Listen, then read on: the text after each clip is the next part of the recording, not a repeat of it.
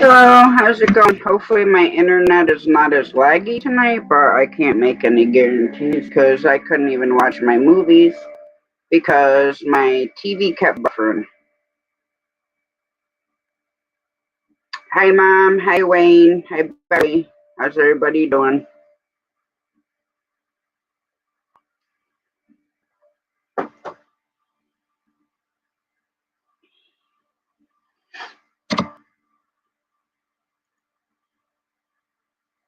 And what did you make for dinner, Mom? Hi Dragon, how you doing?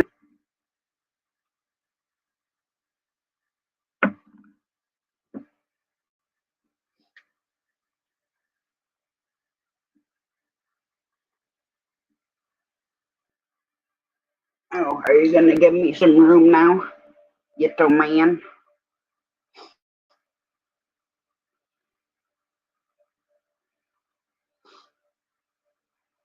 How you doing tonight, Dragon?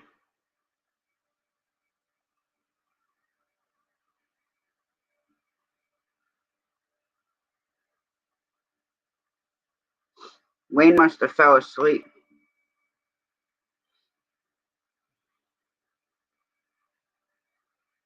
Well, I appreciate you coming in.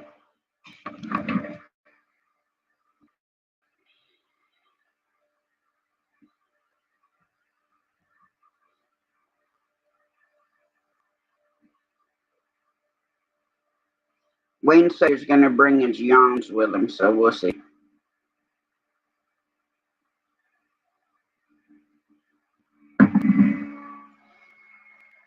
And so long as it's not like flying earwigs or some weird thing, I'm all good. I am not yawning tonight. Mm-hmm. Sure, I'll get yawning when you just wait. Well, that sounds good, Mom.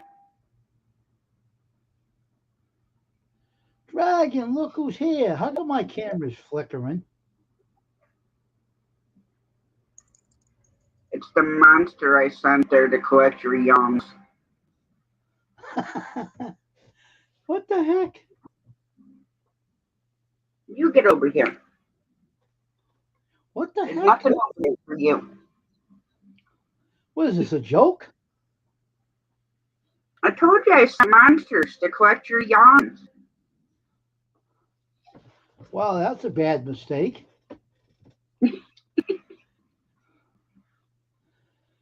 Go away, Wayne. Because my protectors will eat you up for dinner. Not as big as my monster is. As is usually. Look who's here, Draco Dragon. I think How you doing? our both cameras gonna go out. They're both doing it. I didn't do it. Mom, I was gonna go raid the beets in the garden.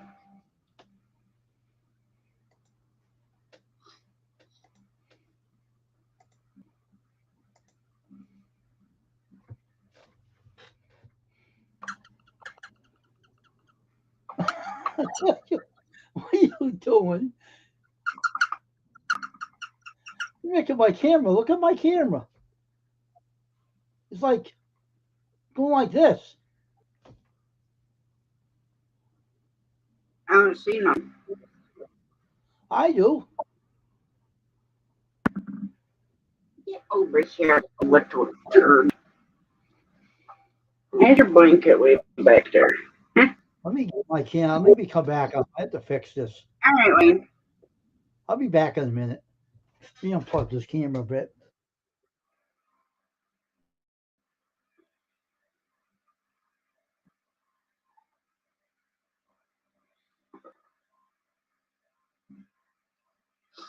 Well, I can't pickle them myself.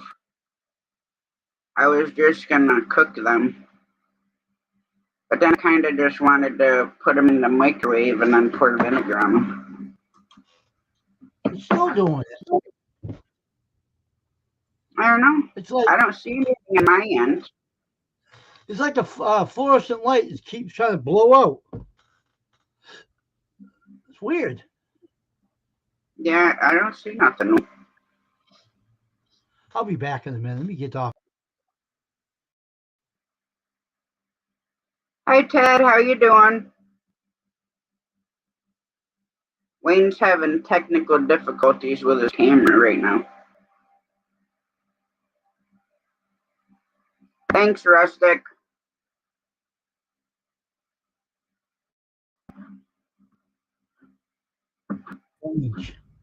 It's still doing it. I don't understand this. Hi, Microfarmer.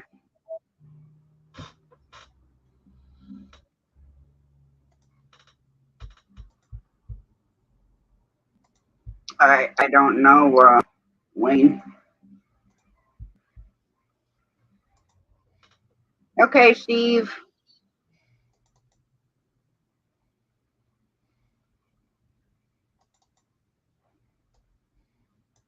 Yeah, I don't see any bloops on his end.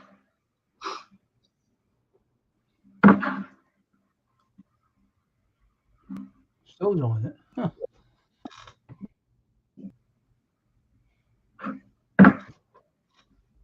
There, I'll shut mine off so you can see my mess.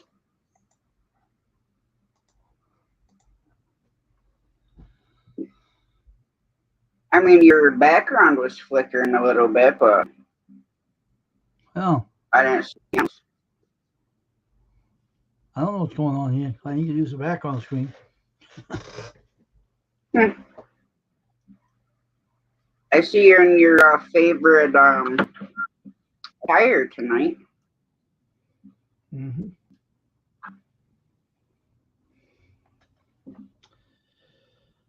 I don't know. Yeah, I couldn't even finish watching my movie.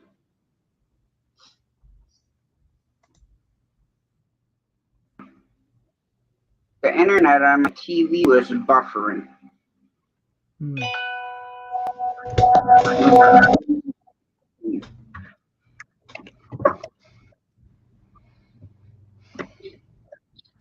Feel too far away, but that's because I'm sitting back in my chair.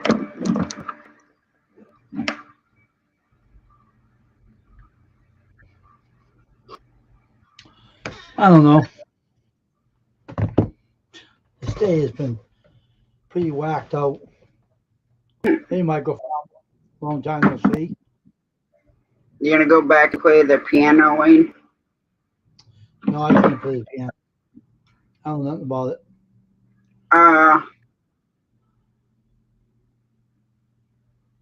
I forget what the hell I can play. One thing on the piano.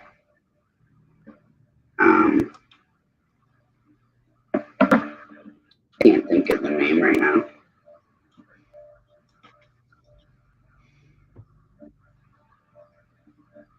I should be able to play uh one part of Beethoven. Hey, John Paul.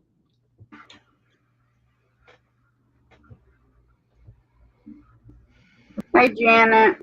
Hi, Vandal.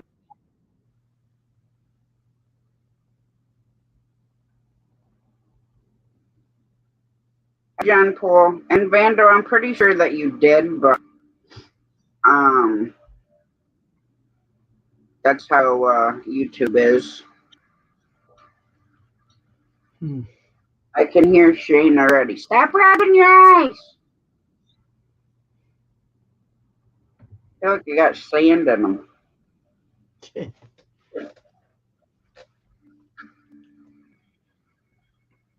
So, did you do anything exciting, Rucker, Wayne? No, nothing. Nothing. Hi, I'm painting. How's it going? Thanks for coming in.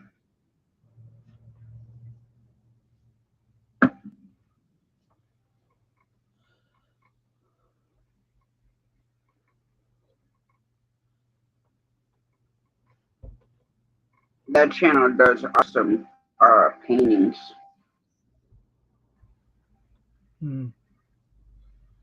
I know Microphone, but he hasn't said hello to me yet. I knew him for a long time.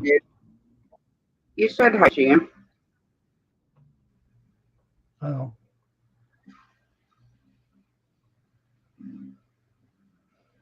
Up at the top, he says, hello, custom screen printing. Yeah, but anyway, I knew him for a long time. Great channel.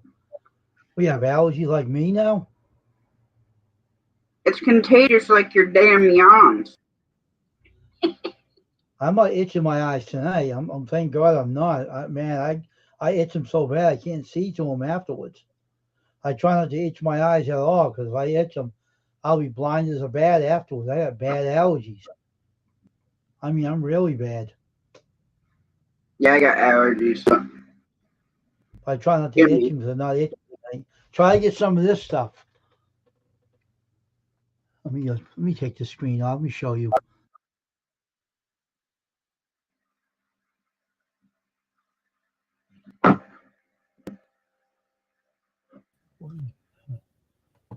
Hi, Dave. Hey, what's up? How you I think doing? Wayne hit the wrong button. Huh? I said, I think Wayne hit the wrong button. There he is. I hit the wrong button. That's what I just said. This stuff here. Oh, That's good what I stuff. use. I have tears. I gotta get some of that stuff too for my eyes. I have a bottle like this. That's all I can use, and my eyes are just the artificial tears. It does help, but I like to get something more substantial to actually take the itching out and what you call it, the tiredness. But Yeah, I they can't use Biden or anything like that in my eyes. they got different stuff out the same company, but there are different things out there they can use. But that stuff helps my eyes, so I'm not itching at all. But I got bad allergies. It's bad. See, you know I have very well. severe. Mine's from my eye surgery. Surgeries, I should say. Yeah, I know microfarm for a long time. I'm not from Boston though, microfarm. I'm from Massachusetts. I'm South Shore of Boston. That lady that passed away, you know that woman that on YouTube, that old woman, that one that died. I can't remember her channel. You know what I'm talking about, right, Tasha? I can't I think remember her so. name. I met him on her channel, a microfarmer on her channel, and I talked to him for the first time. Nice guy, great channel, and he does a lot of good things in his channel. And Hi, Randy. Hey Randy, how you doing, man? He rides a truck. That's some rustic. And yeah, I know he does. He does a lot of live streaming in the morning, I think. I think one Think day he I'm needs to gonna. get it to New York and take me for a ride. I said hello. He said hello back to nice guy. Great channel. I'm not driving though, Randy, if you come pick me up. Yeah, she was. You know who I'm talking about. He knows what I'm speaking about.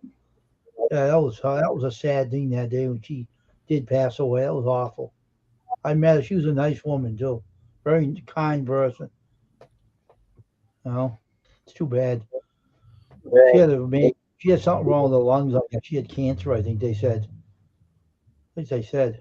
I should write this out. Huh? Yeah, I think that's what they said, yeah. It's a sad thing, no. Well, what the heck good is one way, Randy? How am I supposed to get home?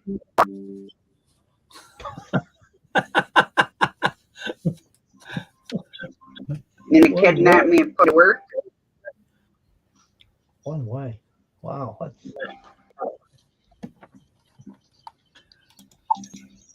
I'm sorry Squirrel wasn't here, though. Guess he isn't home yet. I don't know, Norman. He's fine. Yeah, it's 9:45 now. Should be home. Yeah, she's Hey, Chef Connecticut. Eddie, how you doing? 1 foot at a time, Tasha, he says. One foot at a time. 1 foot in front of the other. Better get me a canoe and I'll float my way home.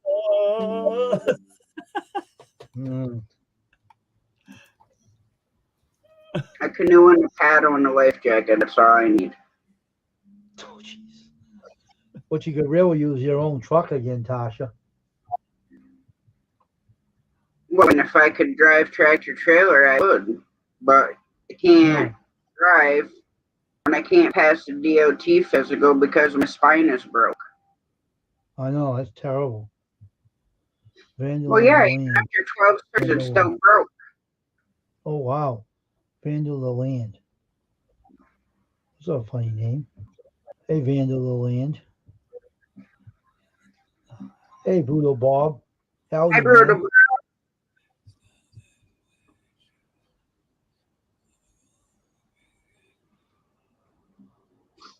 Yeah, I know Rustic Outdoors said hello to me, George. Hey, hello back to you. Yeah, Rustic's not close to me, Randy. He's still a few states away. Hell yeah, Brutal Bob. Of course, I think everyone's a few states away except me.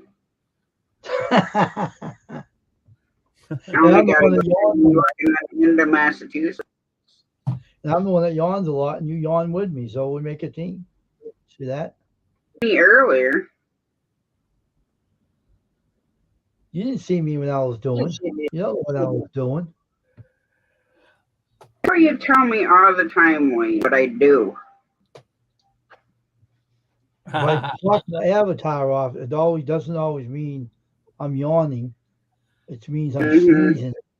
If I don't show, I can't sneeze on the stream. So. Well, no, because I need to have to get a disinfectant. Why would I have to yell coronavirus? You mean that commercial on TV? And that commercial on TV, the guy sneezed and the people put him in a fireplace and put plastic around. Oh, you got coronavirus. I saw that commercial on TV. I was laughing, right? The guy sneezed, so the people threw him again. Put plastic over and said, "Look, he has coronavirus," he says. Well, you know, pretty soon we're going to be like that, the one boy that had to live in that bubble. Oh, yeah. Yeah, I remember that. Boy in the bubble. How about Romper Room? They put that mirror up and say, "Hello there, Tasha. Good morning to you." Yeah, every time when I was a kid, when I used to watch it used to say Dave. It used to say David all the time. And I get on there. "I see you, David. How you doing today?" I got no. And my mother said, "Would you shut off the program?" He keeps on saying my name. I want to hear that. I told my mother. Come on, put it back on. Good morning to Tasha. How are you doing today? Good, I'm hanging out with Mr. Rogers.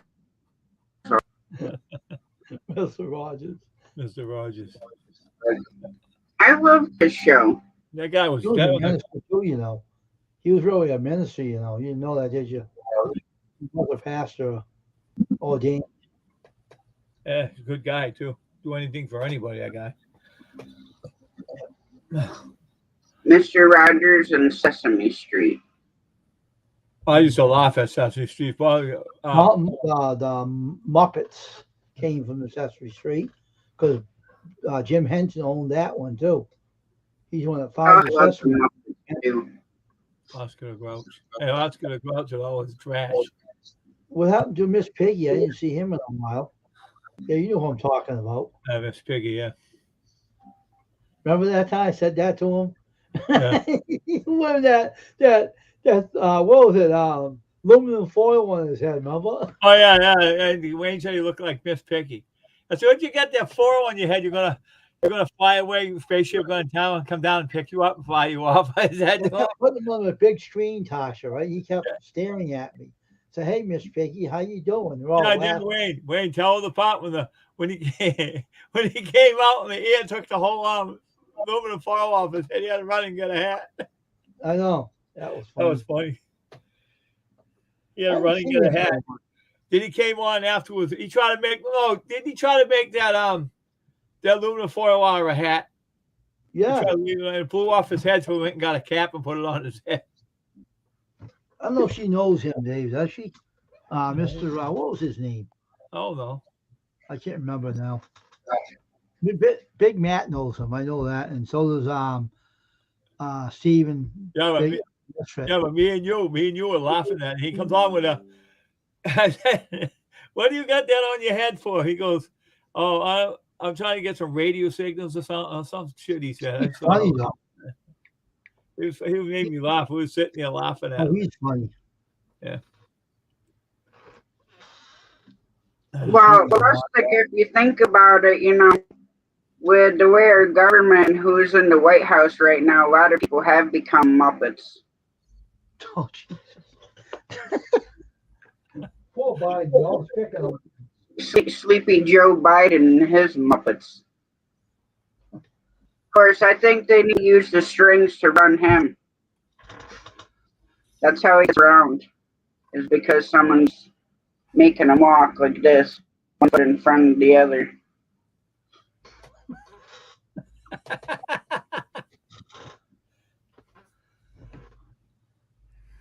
But the other one was a racist, so I don't have to hear him anymore. He was bad too.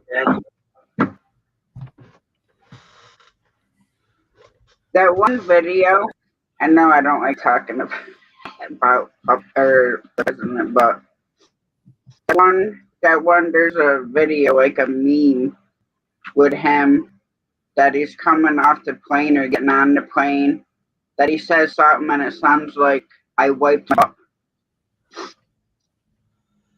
I was when him and Biden, he was playing drums and Trump was dancing with him. Did you see that one?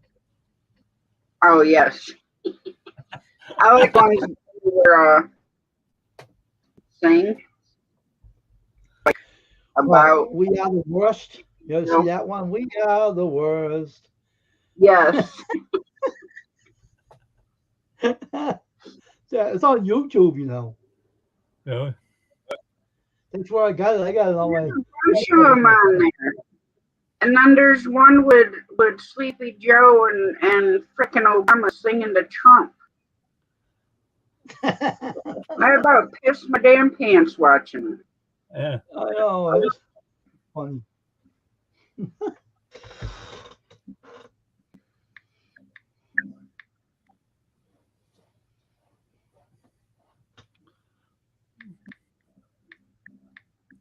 It's all puppered out now. He's running around playing, Stupid chasing his big brother around.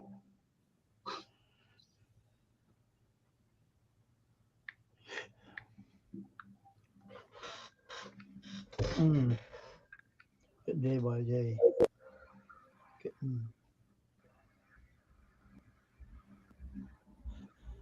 And that other song, YMCA, he was using that, and the guy that wrote that said he made more money off that when using the champagne than he made when people bought the CDs or the cassettes.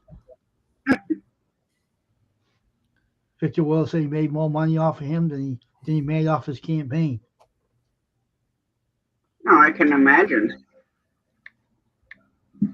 I'm kind of curious who's going to be in the running for 2024. I heard a lot of rumors about who's going to be running. Yeah, there's always a lot of rumors.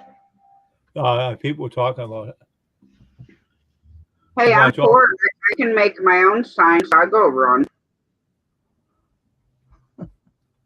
I don't care. I don't vote anyway. I stopped voting. Welcome back, Steve. Steve's back here now. Oh, Marino, wasn't it, Dave? The guy's name. He showed Marino. up. Yeah, Marino. He used to come on with some aluminum foil on his head, trying to make it as a hat. And something blew off his head. And that's friends of Steven and Big Matt. And if he comes Yeah. up here, I'll ask him how he's doing, see if he knows. Hey, Steven, come on up here and join us, man. Come on up here, funny Steven. We're talking to Steve Misfit. Yeah, backwards misfit. Yeah. Just Come funny. on up, funny Steven. When I saw that night when he come on the Wayne's live stream. He come on your live stream, Wayne, right? And he came on with aluminum foil on his head, huh? All right, Steven the misfit. You want to be independent.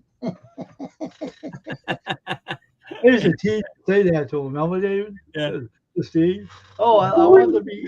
Comes up on somebody's piano with aluminum foil on their head. Ask Steven about him, that Marino. He'll tell you about. Why we want? He said he could keep the spaceships to come down and pick him up. Hey, Steve, what happened to Marino? Whatever happened to him? Actually, he just came back on my panel last night. He was Is he dealing wearing that with, aluminum foil again? he was dealing with some ear issues. He had to have a surgery, and Oh, he's really? doing good. Yeah, he just came on my panel last night, so he's back doing good. Is he wearing that aluminum foil again? Yeah. Got the foil on his head again. Hey, everybody in chat. You can't have a tinfoil hat without your metal tent stake. Yeah. I'm freezing. I gotta grab a hoodie or something. I'll be right back. Loyal. That's funny. He had something wrong with his ears. I didn't know that. Poor guy. Marino had something wrong with his ears. He had Brutal problems. Bob, that reminds me of when my dad, Mom can tell it better than me, but we were camping, and my dad and my uncles went out, and Dad forgot to put the boat in the boat. So when we went down to the beach, I don't know, a while later, I was a little kid, so I don't remember exactly, but the freaking boat was underwater. Bonanza. How you doing, Hi, Banana. man? How's it going? Rustic Outdoors. Dude. How you doing, man? Rustic Outdoors. Disease. Okay. Taking a nap. Okay. No, Good I was nap. talking about bananas.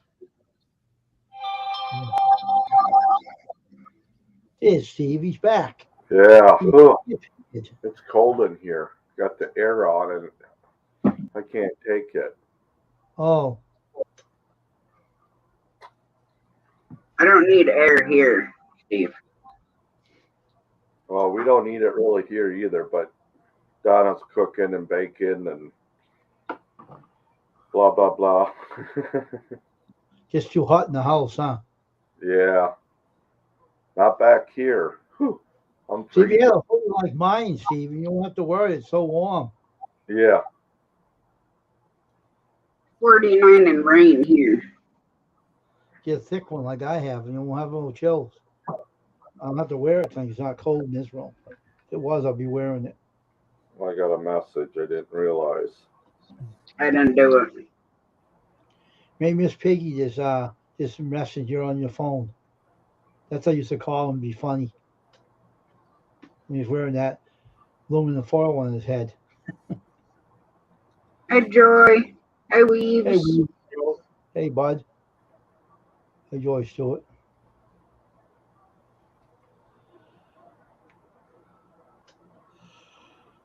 Oh, I almost yawned again. I almost did it. I almost did it. I'm ready for it yet. I'm going to knock this stream out. You watch. And you'll be yawning along with me.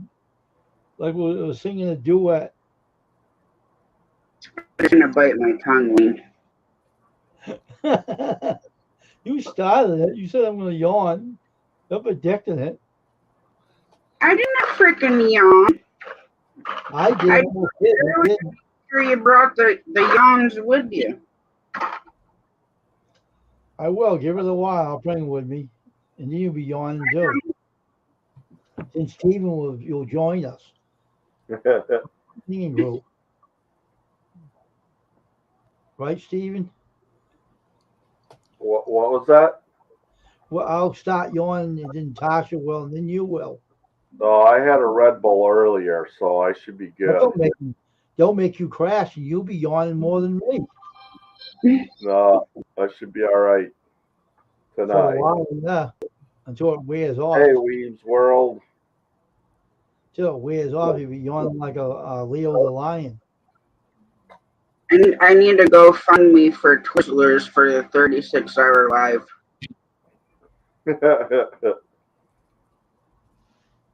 Well, I'm going back to hiding. Yeah, you get 36-hour live.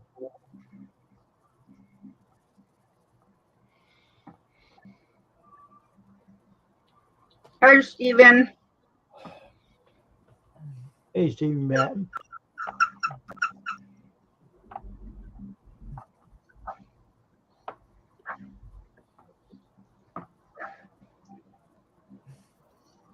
Thanks for dropping links, Rustic. Is it raining there, Wayne? Yeah, it is. I heard it a little while ago. Yeah, it says raining now. Yeah, raining now. Super damp here. Yeah. Steve Batten blogs. Welcome. Well, I guess Winter a lot. Old man Winter on his way.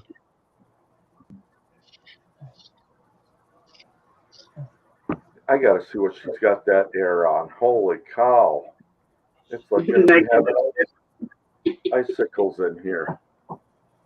Just don't grow them on your nose. You'll be in big trouble. What do you got that air on? I don't have the air on, honey. Yeah, you do. Not no more. Okay, just leave it off. Holy cow! Nose There's icicles growing in here. It feels Who good. looks like that now? Oh, man. Hey, Scott, how you doing? Huh?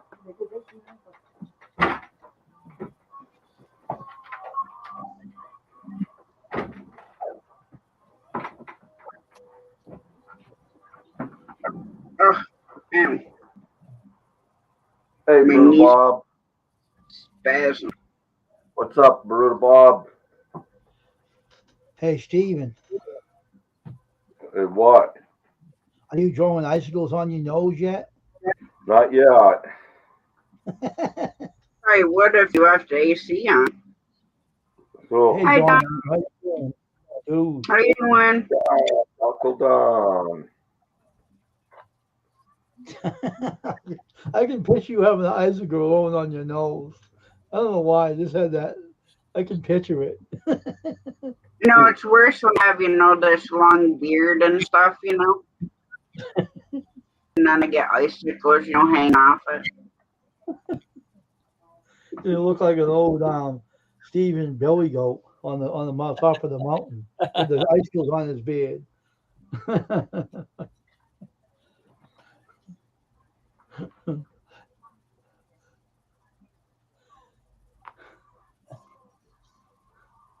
I was debating on whether or not doing the morning show, but I don't Hello, know. Joyce Stewart.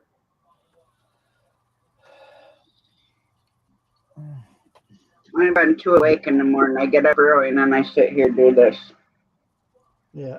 You're not a morning person, right? It'd have to be a morning show of me possibly snoring. I go in the afternoon. I can't go in the morning either. I'm too tired in the morning. Especially this morning was bad for me. I was too tired to go on the live stream. I stayed off. Hey, Steve, I 2-0. Say that again? I'm 2-0 on fantasy football. Yeah, that's what I was going to look at my phone. Thank you. I had a brain fart. I was like looking at my phone and I couldn't remember what I was doing. Brain fart. Must have been pretty loud if I forget what you were doing. Well, I was looking at the message my sister sent me, and then I got sidetracked it with the air, being on, and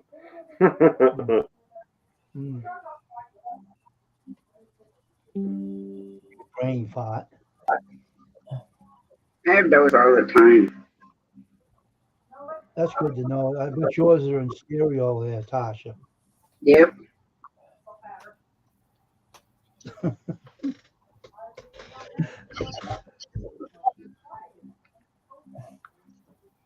yeah, Cobalt beat me by 20. If I would have had my other running back or whatever, it probably would have been pretty close.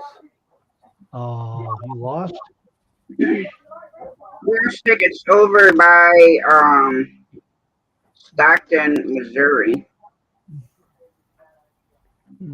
west of Creek. No, forget what did I say? Oh, the Christian musician. How you Christian, doing? yep. Welcome in. Hi, Matthew. How are you doing? And no, I didn't restrict it tonight, so I'll keep it appropriate because I know you don't turn 18 until next month. So I'll be a good girl tonight.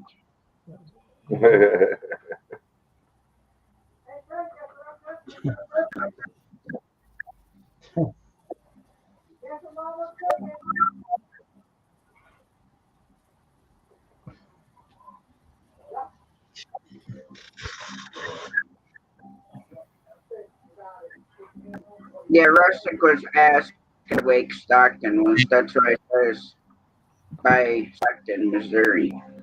Hey, Brutal Bob. I can't wait. My stepson is building a shooting range here. I think it's going to be like a 3-gun I get it. I get Yes, it. Russ. setup.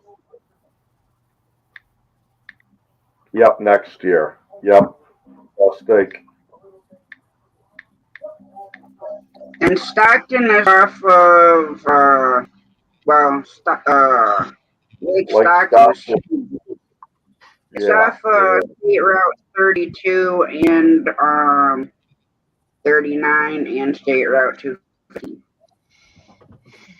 he's ordering 100 railroad ties. Go ahead, Tasha. I was just gonna say I didn't realize that how big Lake Stockton was. Yeah, it's about 50 miles from Springfield, Missouri. Rustic.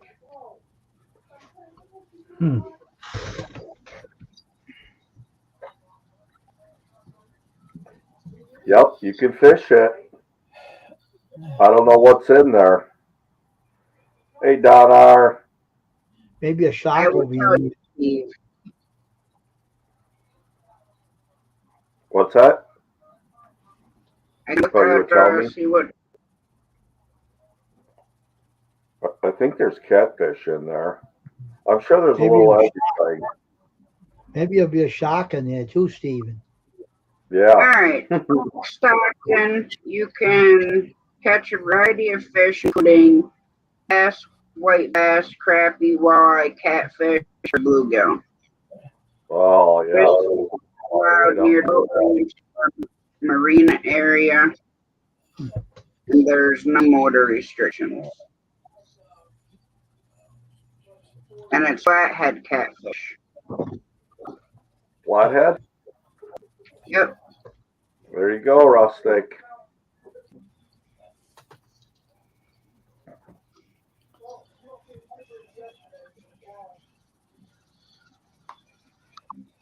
There's a quiet cove where secluded shoreline is not hard to find at Stockton Lake. You can expect to catch a variety of fish.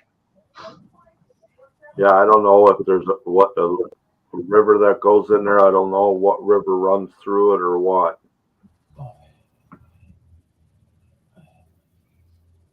Well, there's a bunch of veins coming off the bottom of the lake.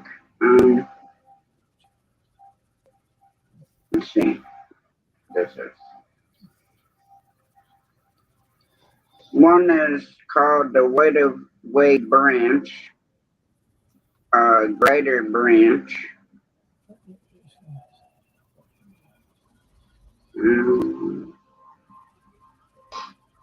I don't know. That is a weird shaped lake. Then you got Greaser Creek, which I don't know if it runs in or comes out.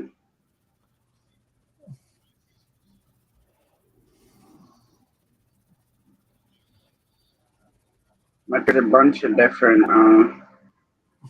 creeks that come off at Suns Creek.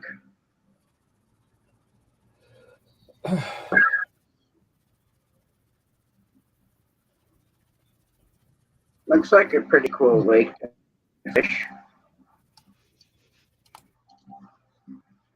Definitely big. Live. Baker. Hey, Baker. I miss Rebecca. Sorry, Hey, I was Rebecca. reading fish. I should say reading creeks. Bring out the worst in me, but I have to.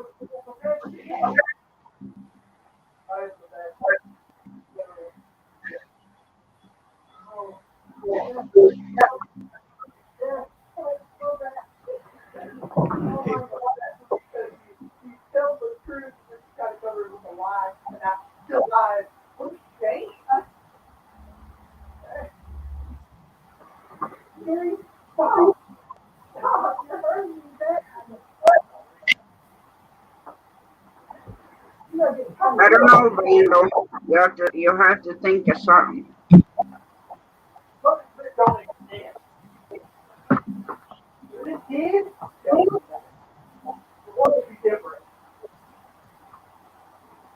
What's Miss Donna watching, Steve?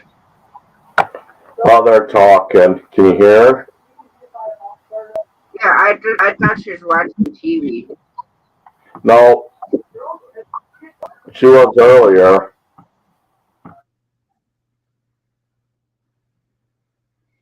She might have been.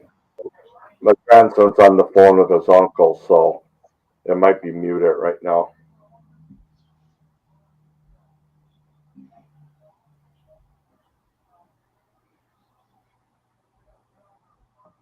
I dropped rustic.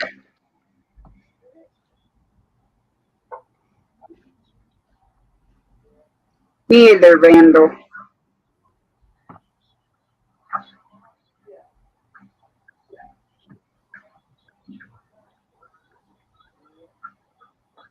Would not. I'm actually gonna spell this one out so I don't mess it up.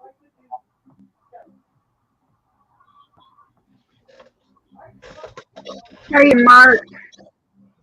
There's Mark. Thanks for kicking my butt this week in fantasy football. I go against Beverly this week. So I was studying my players earlier to see if I wanted to switch anybody out, but the ones I have up there, their projection's way better than anybody on the bench for that. Yeah. If I would have had that one running back playing, it would have been a little closer, but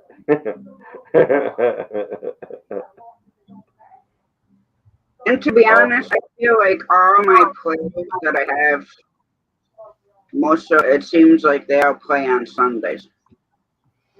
I need to look at I'm gonna look at it right now because I need to get it ready for. Here, I didn't know I was still on Amazon Prime. I could have watched Thursday's night game. Oh, I was mad. I bet. Hi, Lady Wolverine.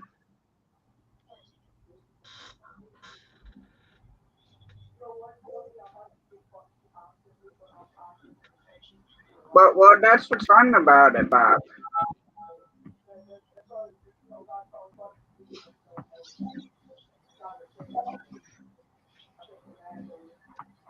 Dave fell asleep up there.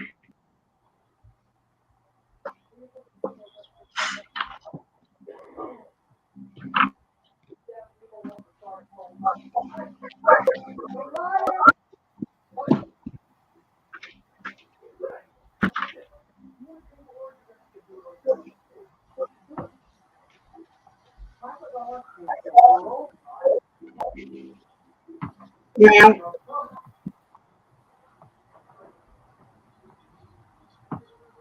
Meow. Meow.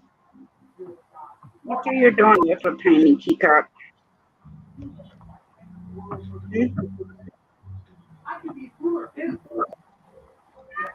Meow. Meow.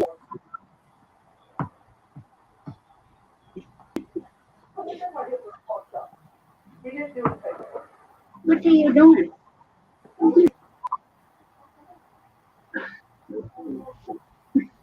No, I didn't. I'll have to check that out, Rustic.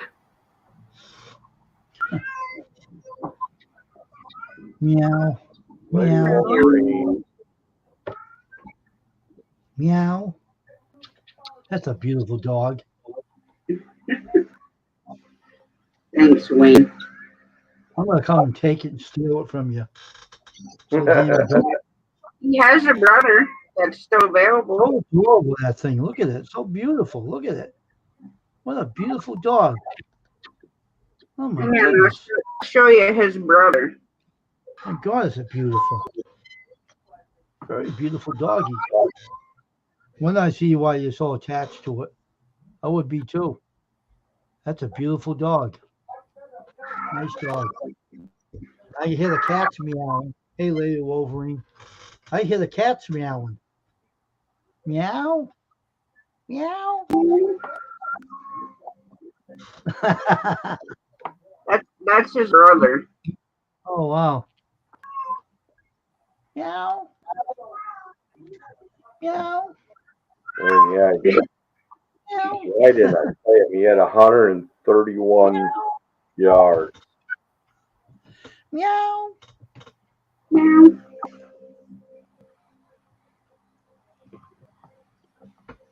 Hey, teacup.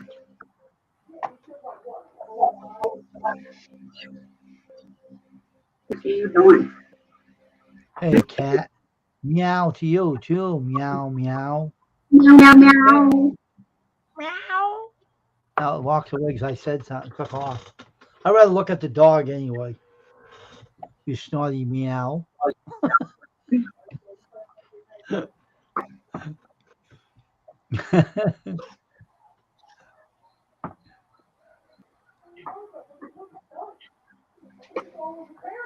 Oh, that's better.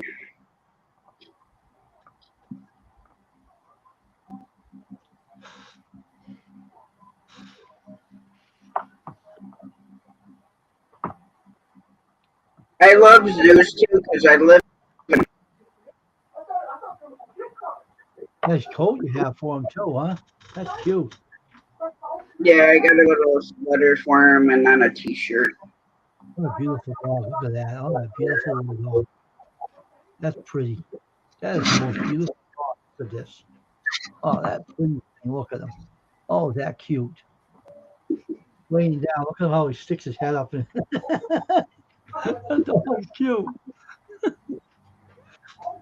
Very, very quiet, too. Huh?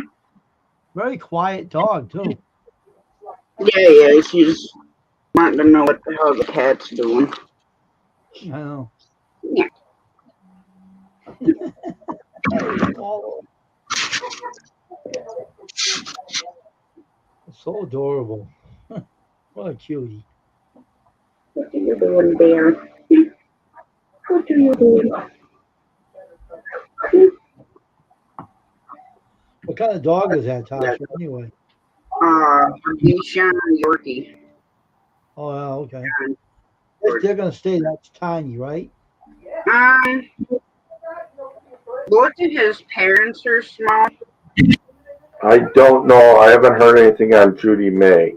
Has anybody heard on Judy May? No, I haven't heard from her at all. She had to go to the hospital and her Really? pancreatic or something. Wow. She was I know having she was having issues with her sugar. Wasn't that Judy May that was having issues with her sugar? Yeah, I'm pretty sure. Yeah. Okay. Because I kept telling her that she needed to go get checked out because it running that house not good at all. Hmm. I'm gonna watch it right now, Rustic.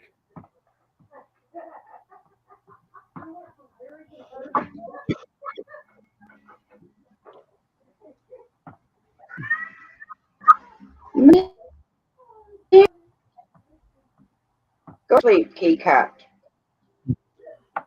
Meow. Meow. Meow. Meow. Meow. Now she's gonna go upstairs and meow. Mm-hmm. I heard that now. I heard that talk. That cat go meow. That was a big meow.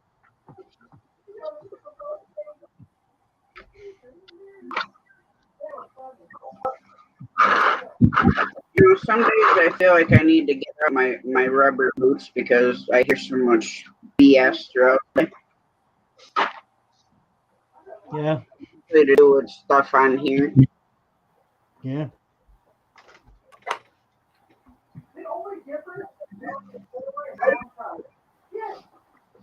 That's funny, Rustic. That's a big one. How short he did? Yeah. Alright, I'm gonna mute myself for a minute.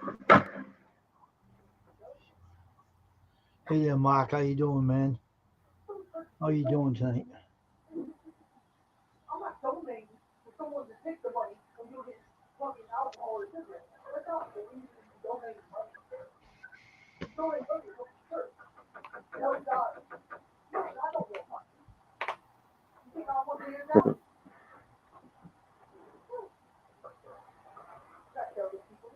That's good.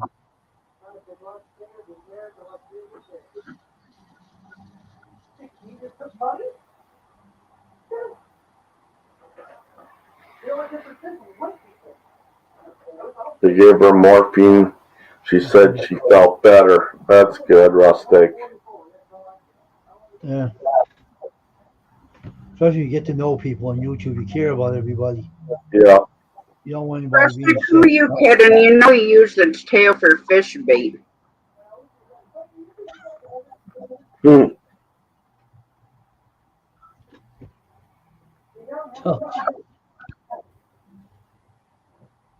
Yeah, he could just use the whole thing for fish bait. I don't know why my comments, like I say too, when I watch someone from the phone, it don't hardly work at all. But if I do it from the computer, it sticks. That's because my cat won't stop yawning, meowing. See, I think about Wayne meowing and yawning. Meow. Meow. Meow. We hear him meow. Meow. Meow. Meow.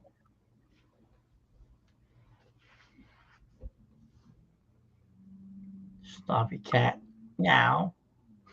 I rather look at the dog. Meow. He went back to sleep. Meow. Meow. Meow. Meow. If we walking on the computer, I'll throw it across the room. Oh, who was that?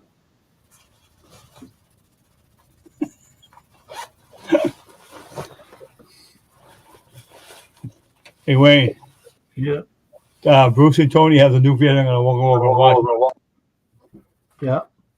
I'm going to go over and watch it. Stupid ass one. I hate that. All right. See you. Huh? See you later. All right. Notifications on it. Jeez. I don't Oh, I think see. barking at it would do good rest. Natasha, I'm going to leave now. Thanks for right, letting me join you live. Thanks for coming in anytime. Okay, thanks.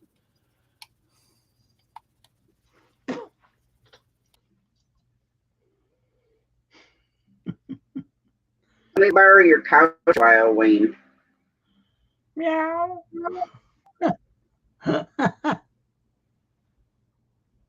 Meow. It's not both of them in heat. Meow. It's there, Brutal Bob. Dog's sleeping, huh? Right here sleeping. Yeah. Tired.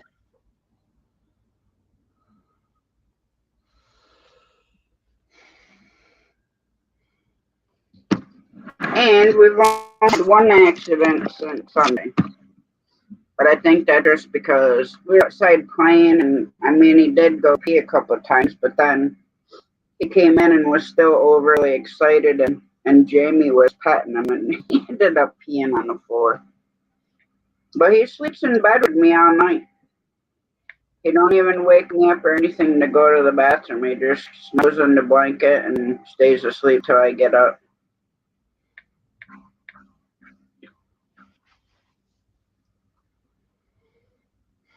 That's only because she's in heat, Brutal Bob.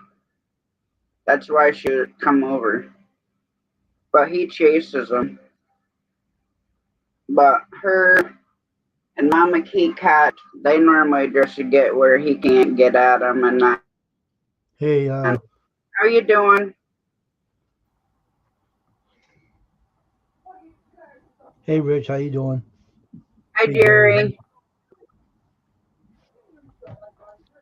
And he really tries to get playing with Tiger, our huge cat.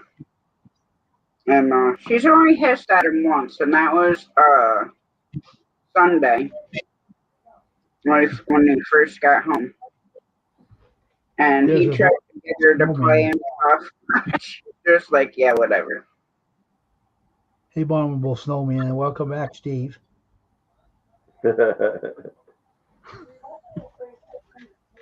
Well, now, Vandal, I was reading on them, and there's kind of stuff like back and forth. Now, my little baby, when I first got her, she had quite a few accidents, but she was mostly outside, and then they had him in a camper for a while. So it took me a little bit longer with her, but from what I've read, the Bichon, they're super smart, but can be a little bit stubborn with, potty training and stuff. But like I said, he stays asleep. When we go to bed, he don't even wake me up. When I get up, before I even do anything, I take him outside. Good night, Rustic. Good night, Rustic. Good night, Rustic. No.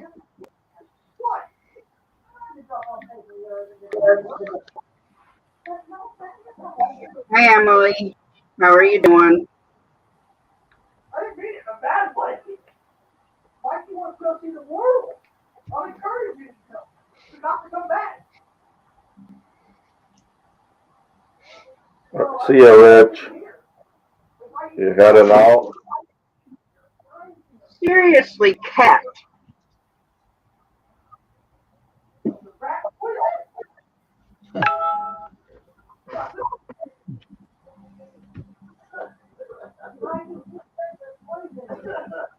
These cats are nuts. Of course, I am their mother, so it probably has most to do with it. Her Red Bull's starting to wear off.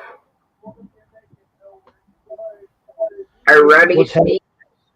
Are you Yeah, yawning? starting to. Yep, I told you. It never lasts. It always wears off. Rumble, snowman. I did take it earlier today, so I didn't realize it was 9:30 already. So I took it about 3. So Yep. Now you'll be start yawning. The worst one that I ever took were no-dos.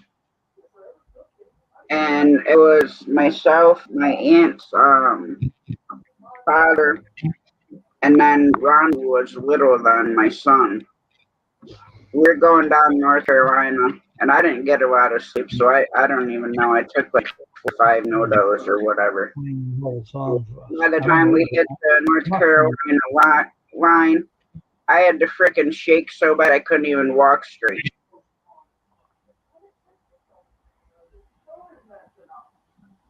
I don't play no piano. What do you think I am? Jerry Lee Lewis? A shaking going on? I don't got no talent for no piano. I play a guitar only. he just has that piano for looks. I'm sorry, Rich. Things will get better.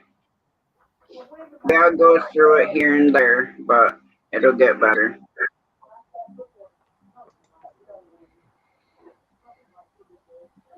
See, all I need is a canoe.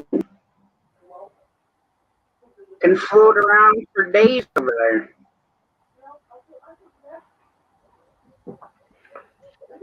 Well, I'm gonna jump down for now, Tasha. I think Okay, my supper's almost ready, and then once I eat that, I'll probably wake up. So I'll be back later if you're still going. all right, Steve. Alrighty, we'll see you guys. I'll be back. Yeah, I'll Bye. still let it play, but I'm gonna go sit in the recliner and get ready for supper. Mhm. get some for me. Open face roast beef and potatoes and coleslaw again tonight.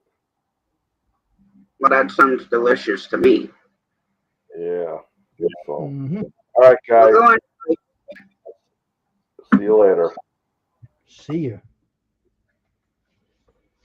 Down by the water, down by the water, down. Oh, you're yawning. Down by the water, down by the I water. didn't yawn, Wayne. It was a figment of your imagination. No, it isn't. Oh, no. Oh, you're missing your Twizzlers. You yawn so I much. am. Two things I'm having withdrawal from right now, Wayne. Twizzlers and shame. Twizzlers and Jay. I think they came and took them away. Ha ha. They came and took them away. I Ho think ho. so too. They took them off to the funny farm. My Yeah. Twizzlers. Mm.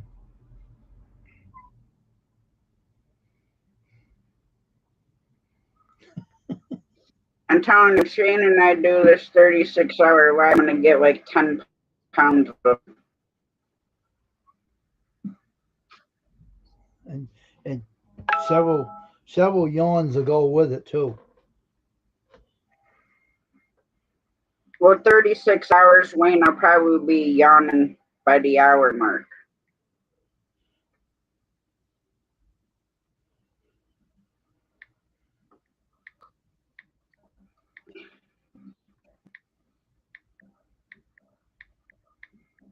It's all good, Rustic. That's cool, Matthew.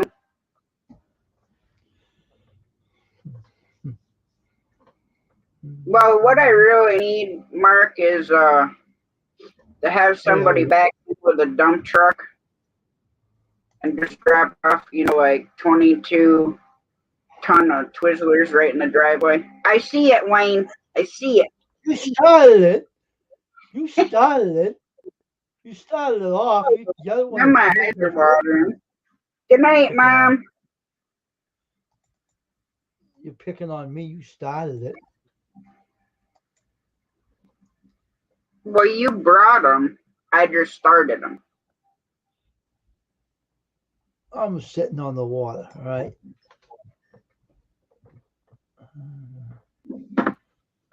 If I yawn, I am on the cold water.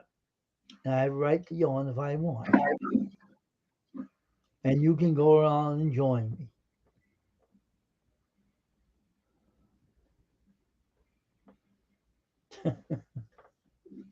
Better? All around the yawning, Tasha's Hey, daily yeah. yawning more than others in her stream. Matthew, as much as I love Twizzlers, it wouldn't take very long to eat all those. I'd probably literally have them coming out of my ears. Tasha lies yawning. How you doing, Ellie? Tasha lies yawning on the water. Yeah, the ship took off half of my head. Tasha lies yawning. Always does it in her stream. Don't even sing about it, Wayne. My eyes are already watering for Norman. That's all right. You're known for that. You know why? Because I'm I'm here. known for a lot of stuff, Wayne. No, the yawning. I don't show all of it on here, you know, because I'd probably end up in the Looney Ward or in Crowbar Hotel. You're always sitting yawning. Always sitting yawning. Always sitting yawning in your stream. That's what will happen if you have a 36-hour. You'll be sitting in your stream yawning. Probably. 36 hours of yawning. What's wrong with that? Amy will say to you, hey, Tasha, stop that. You're getting me doing it. What are you doing? I'm not doing nothing. Yes, you are. I've seen it. I'm getting tired. I can't stay up too long because you're making me yawn, she's saying to you. And I'm in my house sleeping while you're doing the 36-hour. I could stay I up that know long. exactly where you're going to be, Wayne. I'll be dead if I stayed up 36 hours. I wouldn't be able to sleep for days. It'd be bad. I told you the longest time I've ever been awake in my entire life was 2 weeks. Oh, Jesus. How long did it keep? Good night, she says to me. Good night, Rick. The whole thing is that I don't know how you people do it. How you stay up so long to do those live streams in 36 hours? How you manage it?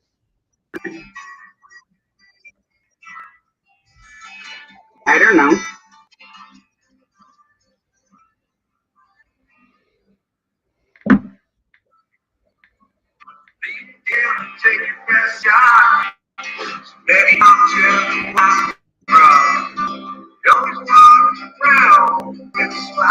Is that your lullaby? Huh? Is that your lullaby?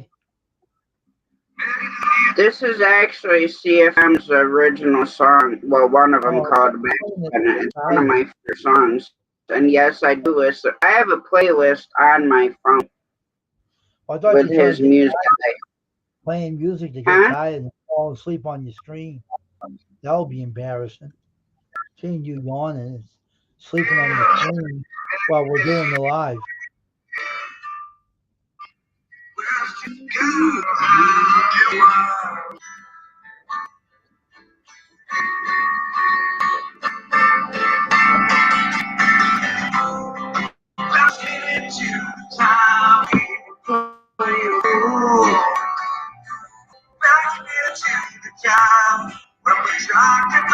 That's not popular, right?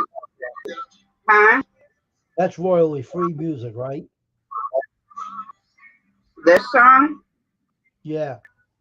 Yeah, it's Rich's, Canadian fishing musician. Just regular music, right? No copyright. This is Rich's music, who's in chat, Canadian fishing musician. I ain't gonna get copyrighted. There's no copyright for it, right? Just regularly listen to it, right? I have Rich's permission to play his music. Oh, okay. I just wanted to ask that. Sounds good. This is one of my favorite songs. Yeah, it's a nice song, though. He plays good anyway. That's pretty good.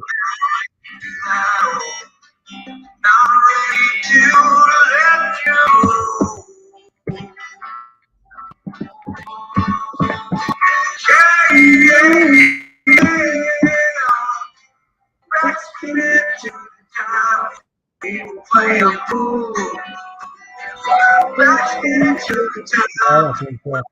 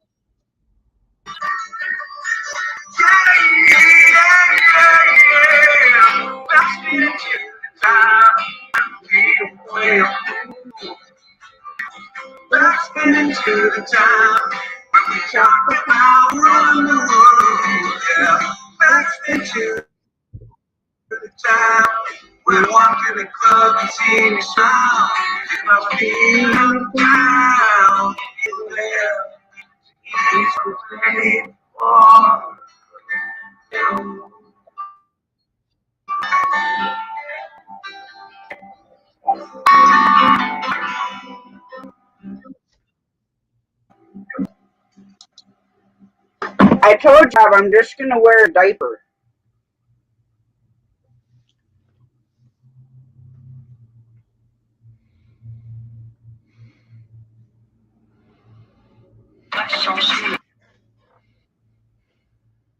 If you sleep on your side, I bet you.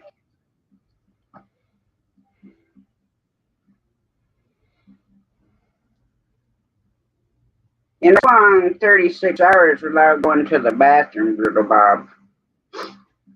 I guess I'll have to drag the toilet by my chair.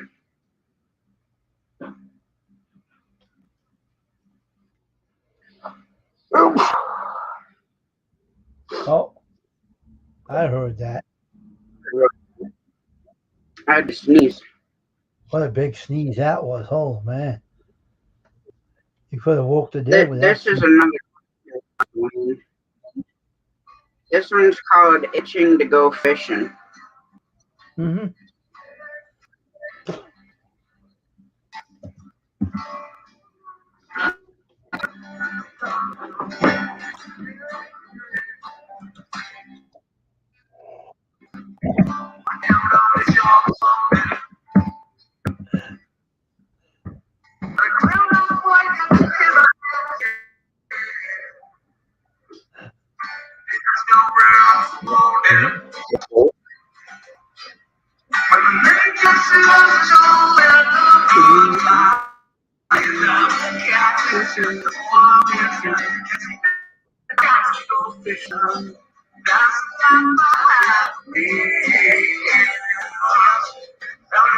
Hey, Tasha, maybe you should sing you a song that you're gonna yawn in your stream.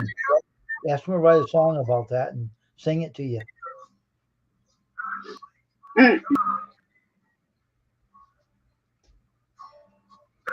See, Rich, I wrote that about yawning in the stream in the 36th hour. Or you could just sing a song, Wayne. 36 hour yawning in the stream. Taking the time to daydream in my 36 hour stream. Falling asleep if I please.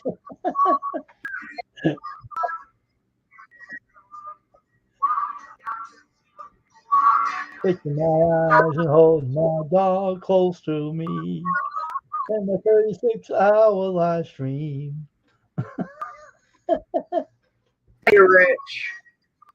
Falling asleep in my live stream.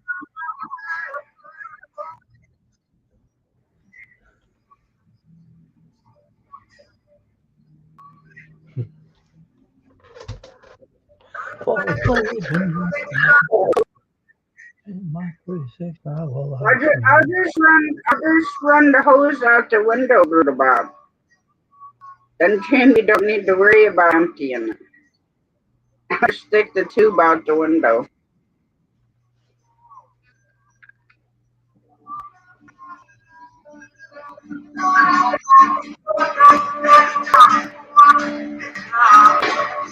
Good night, dear Emily.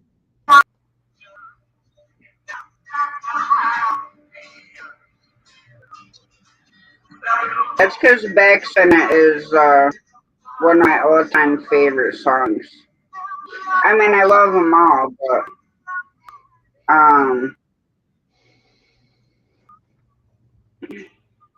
36 hour live stream.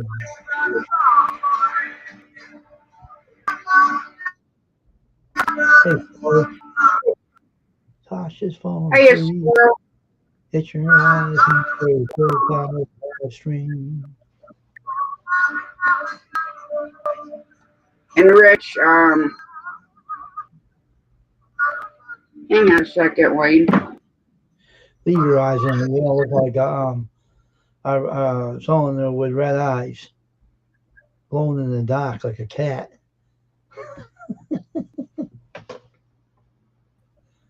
Hey, Rich, you should write her a song about the 36-hour live stream. Rubbing my eyes and falling asleep and holding my dog next to me in my 36-hour live stream. Rich, write her a song about that. It'll be cool. You put it on a recording for her with music. And I sang them to Baby like for a week. Write a song and sing it. He's asking me to write you a song and sing it. Well, that's what I said.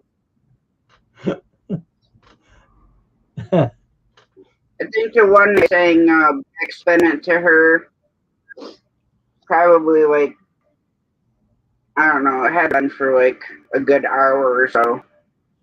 I had it on repeat. Fall asleep on my 36 hour live. Holding my dog next to me. Falling asleep on my 36-hour live stream. Rubbing my eyes and falling asleep on a 36-hour live stream. While she's saying she touched stream. Because I'm with you and I don't want to fall asleep with you on this 36-hour live stream. Well, as they say, when you can't handle heat, then stay the hell out of my kitchen. 36-hour live stream. Rubbing my eyes and falling asleep. Holding my dog close to me on a 36-hour live stream.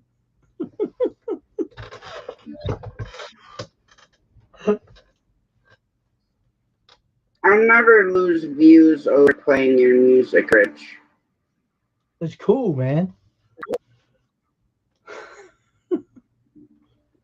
But they're put his guitars to it, man, and make it rock, you know. Name the Tasha's 36 hour. Yeah, Rich played on the 24-hour live stream. Yeah.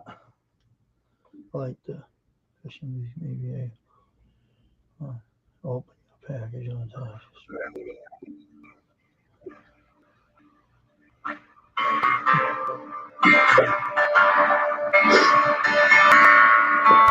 Good.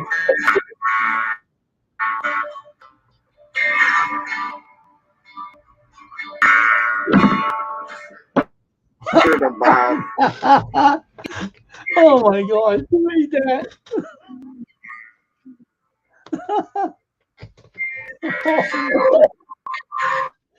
Oh, that is hilarious. That one.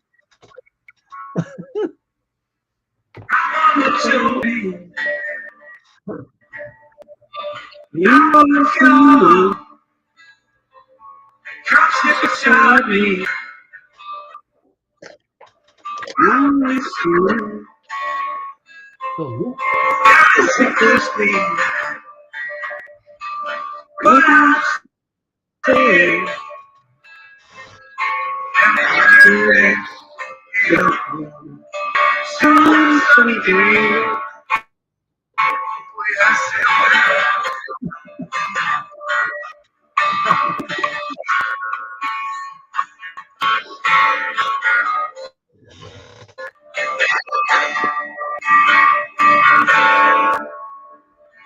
Jane will be peeing in bars and restaurants.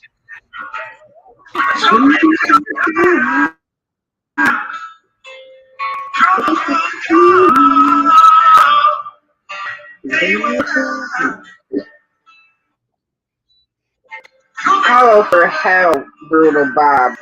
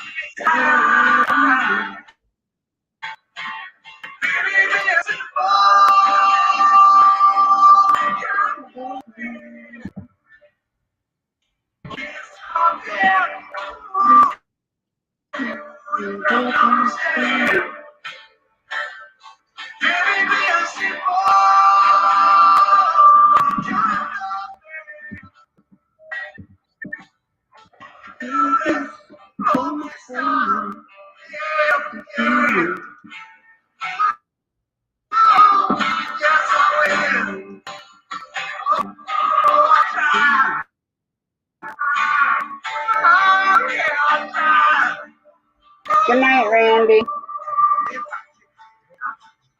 No, Matthew, all 36 hours gonna be on my channel. I'm doing 3 hours,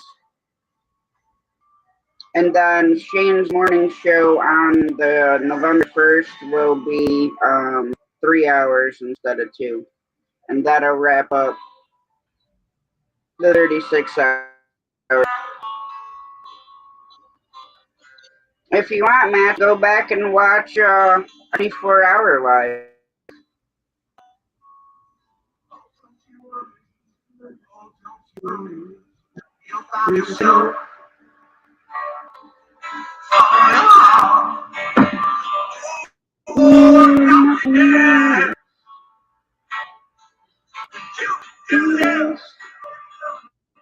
Yeah, Tim, all that matters is you made it.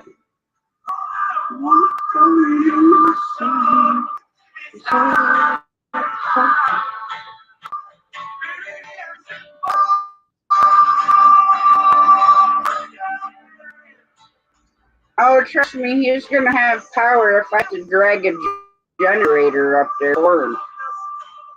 We'll just have to pick it up at the border.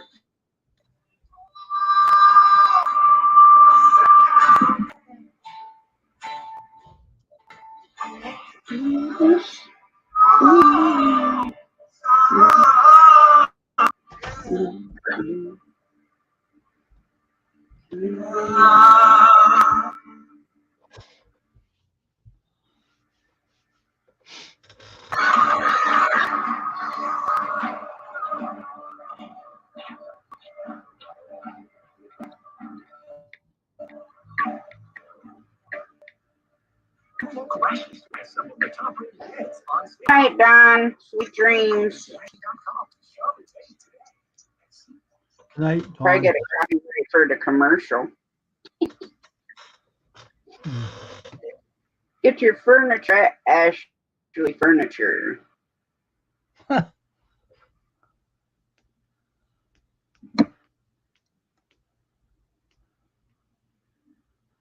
Oh, that thing's pretty cool. Some Canon,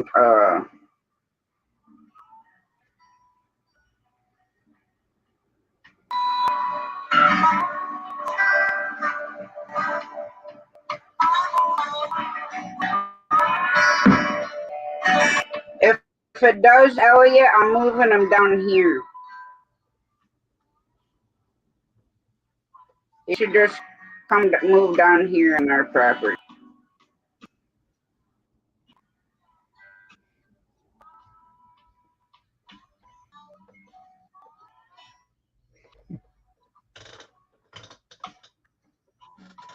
Then we could take a drive and really go harass Wayne.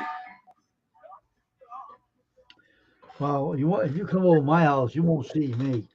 I'm hard to find.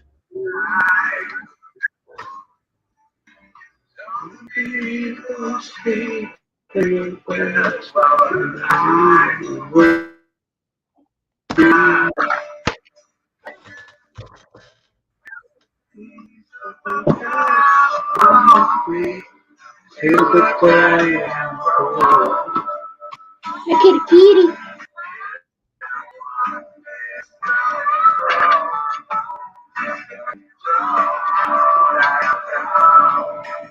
You writing music, Wayne? Nope. Nope.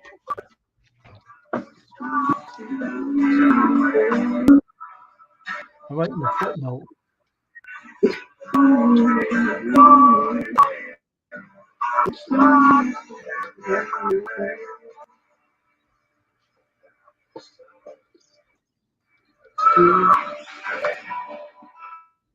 You're writing what, Wayne?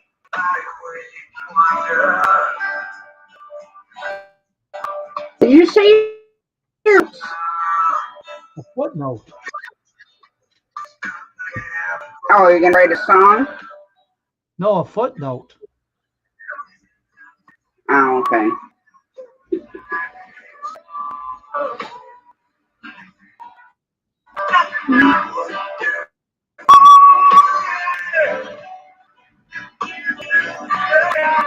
You can come up on the panel.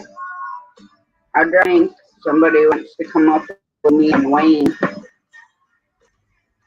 Yeah.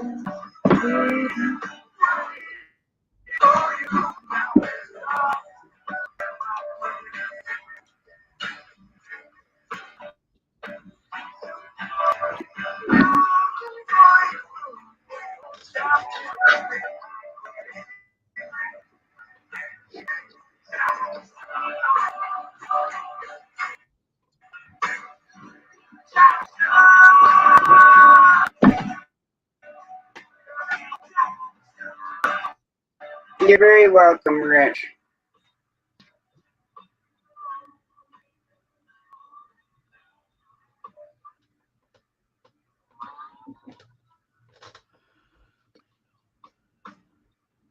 So what are you doing tomorrow, Wayne? Nothing really.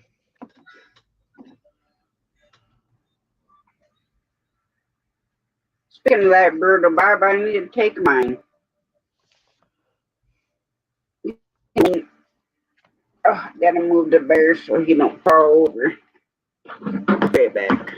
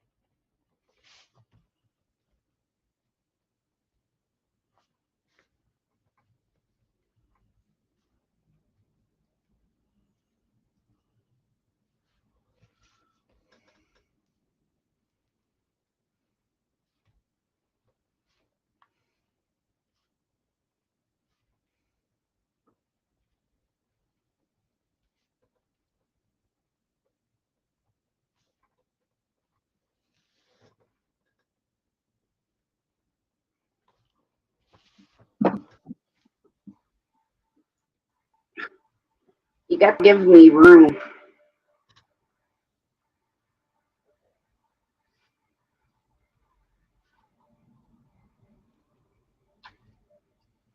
You comfy now? Yeah, Meg, could they move? Well, sorry, I had to go get some of my medicine. Which I do.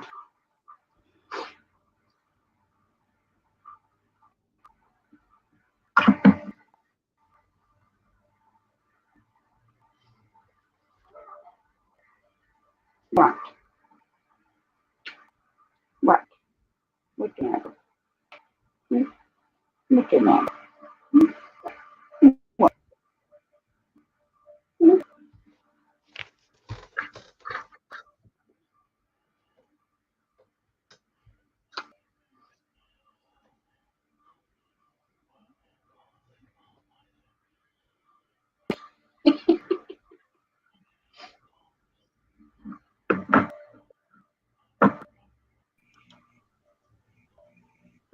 How's it going?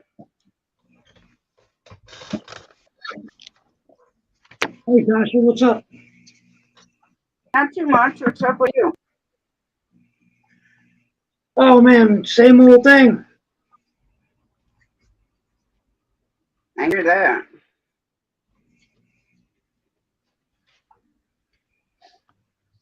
I wish it's. Now, see, I planned on mowing, but here it is, raining, and now I definitely have to wait until Thursday to mow. And it's still probably going to be a wet mess. I think My one day is more, good. Sorry. Go ahead. one more time to mow, and that's going to be it for the year.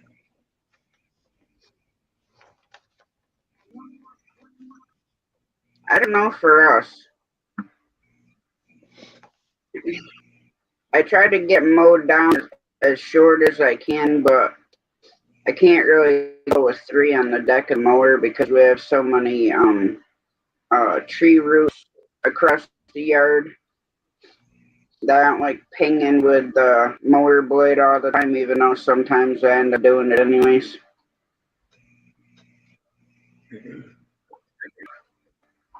Yeah, I know how that works. I normally have to weed eat around the tree stumps in the yard or the roots popping up out of the ground. I think as many times as I've hit the tree roots, they'd be flat enough that I wouldn't hit them anymore. But I still hit them. I hit one and I bent the blade. I've tried to shave them down just a little bit at a time, but I hit one and it twisted the whole blade. Had to buy another blade, and it sheared the pin. I had to find a new shear pin for it. Yep. Anyway, Now, where are you from? I'm in North Carolina. Okay. I can't remember where everybody is. There's a lot of people in North Carolina. I used to live there. I'm from Really? here, but I used to live down there.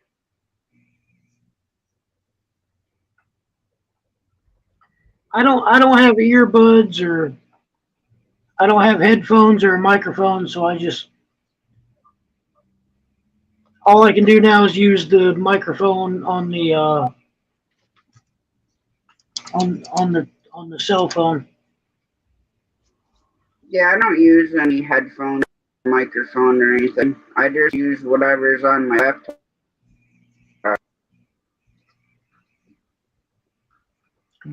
I used to, yeah, that's what I used to use, but I've been having internet issues, and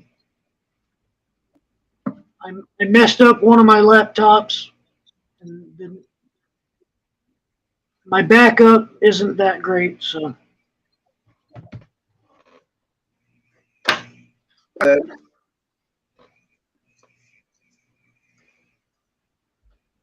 yeah, I live over by Hickory Motor Speedway when I lived in North Carolina. Oh yeah, yeah. That's a good ways. Hickory is well, I'm on the coast, so By Wilmington or Carolina Beach. oh, I wish I was that close. No, I'm in Greenville, so Oh, I know where that is. I used to deliver there. yeah. So I'm in the same area where Bearded Eagle is here, Backlash and Coastal Water, um, uh, uh, first time fishing adventures. He's here. Yeah. So there's several. Canadian CFM Rich, man. He made he did us a solid and made a footnail for our thumbnail. What is it called? It's not a footnail. It's a thumbnail. Because there were four of us live streaming all at the same time. And he called it Fishing on the Pier Adventure Party, something like that. So he hit us off with a thumbnail. I'm new at this thing. I'm not like, brand new to YouTube, but I'm new to the live stream game. Went live, to be honest. But it ain't like years or anything. Oh no. And Rich did all my thumbnails. He did my channel sticker design. He did my intro, my thumbnails that I use for my lives. Did two different ones. One you can see, and then I used the other one, which is the red one. But Rich did all those for me. There's a lot to be said about supporting small channels, And I'm not going to go into it, but when you want to be a part of a community, I guess. There's a lot of big channels out there, and when I say big channel, I don't even know what I mean. Do I mean, I don't have 100 subs yet. So when somebody has 2,000 subs, in my mind, that's a big channel. But there are people, and there's a guy. I mean, Mr. Beast is from right here in Greenville.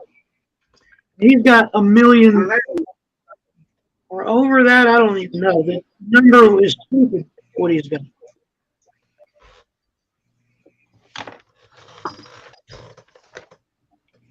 And I have to be honest. I've gotten I play around. I play around with some of the bigger channels.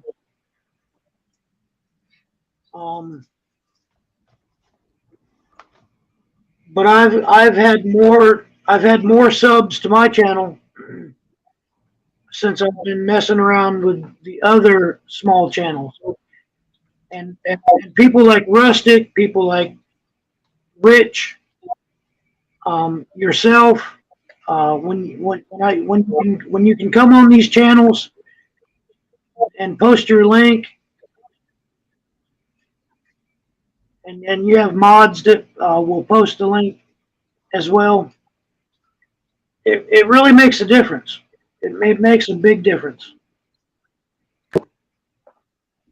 It doesn't matter if you have 100 subscribers or if you have 1,000 or 100,000. If you're going to help out your community, if you're going to be a part and interact, it's that interaction that really makes a big difference. And I appreciate how Rich invites interacts with people. I do the same thing on my channel too. The same thing that you're speaking of. I do that on my channel as well. I've known Rich for quite a while, since before I even started posting anything on my channel. Like I had YouTube, but I didn't have like an actual name. It was just like my personal name, and then I changed it, and then it used to be Arts and Adventure Mother Trucker Tasha, but I was spelling it a different way. I love the way that Rich has it spelled.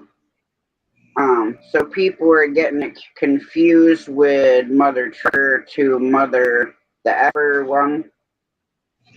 So that's why I spelled it off. But everybody still knows me as that, Art and Adventure with Mother Trucker Tasha. But I just dropped it off because people were having, instead of just calling me Tasha, instead of worrying, that's why my name has always been in there. They try to like say the whole thing, which I mean, I can respect it. I did the same thing till I got to know people on a more personal level. But I mean, I'm in all different kinds of communities: fishing, homesteading, music, farming, bushcraft. I'm just like everywhere.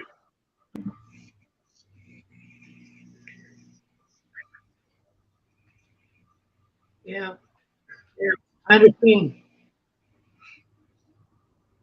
As a matter of fact, yeah, I've seen, I've seen how people bounce around. Seen people from other channels here. I've seen people that I didn't expect from these channels in the other channels. And then, it's a good thing. It's not a bad thing. It's a good thing. And I appreciate everybody. I do. I try. I try to show love. And that's what I'm here for right now, man. I really joined the panel tonight, Tasha, to let you have a face, let you see the face. You welcomed me right in, I guess, because I've been in the chat plenty of times. And I appreciate that. You have to be careful with who you let in. I know. I'm selective. Like if I haven't, I mean, I made a mistake one night. This was Wayne knows what I'm talking about. Guy came in the basement, showed me his face, put him up on screen. He put his avatar up, and then Wayne knew exactly who he was, a troll. So then I was making like no sense, so I banned him from StreamYard. Like most of the people that come in my lives, 99% of the time, I know everybody from somewhere, whether it's Rich or Lazy Days Ahead with Jesse and Lisa, or Big Matt, or Backlash, or Rustic, Hogleg. I could name like probably 400 channels. Oh yeah. You know. Well, yeah. I'm sorry. I said I watch how people interact. When they're in people's lives, whether they're on channel or just in chat. Right. Well, you have to understand there's like 100 million YouTube channels. And then a lot of these people don't have time or I don't know how to say this. They have nothing better to do, I guess, than than cause other people headache.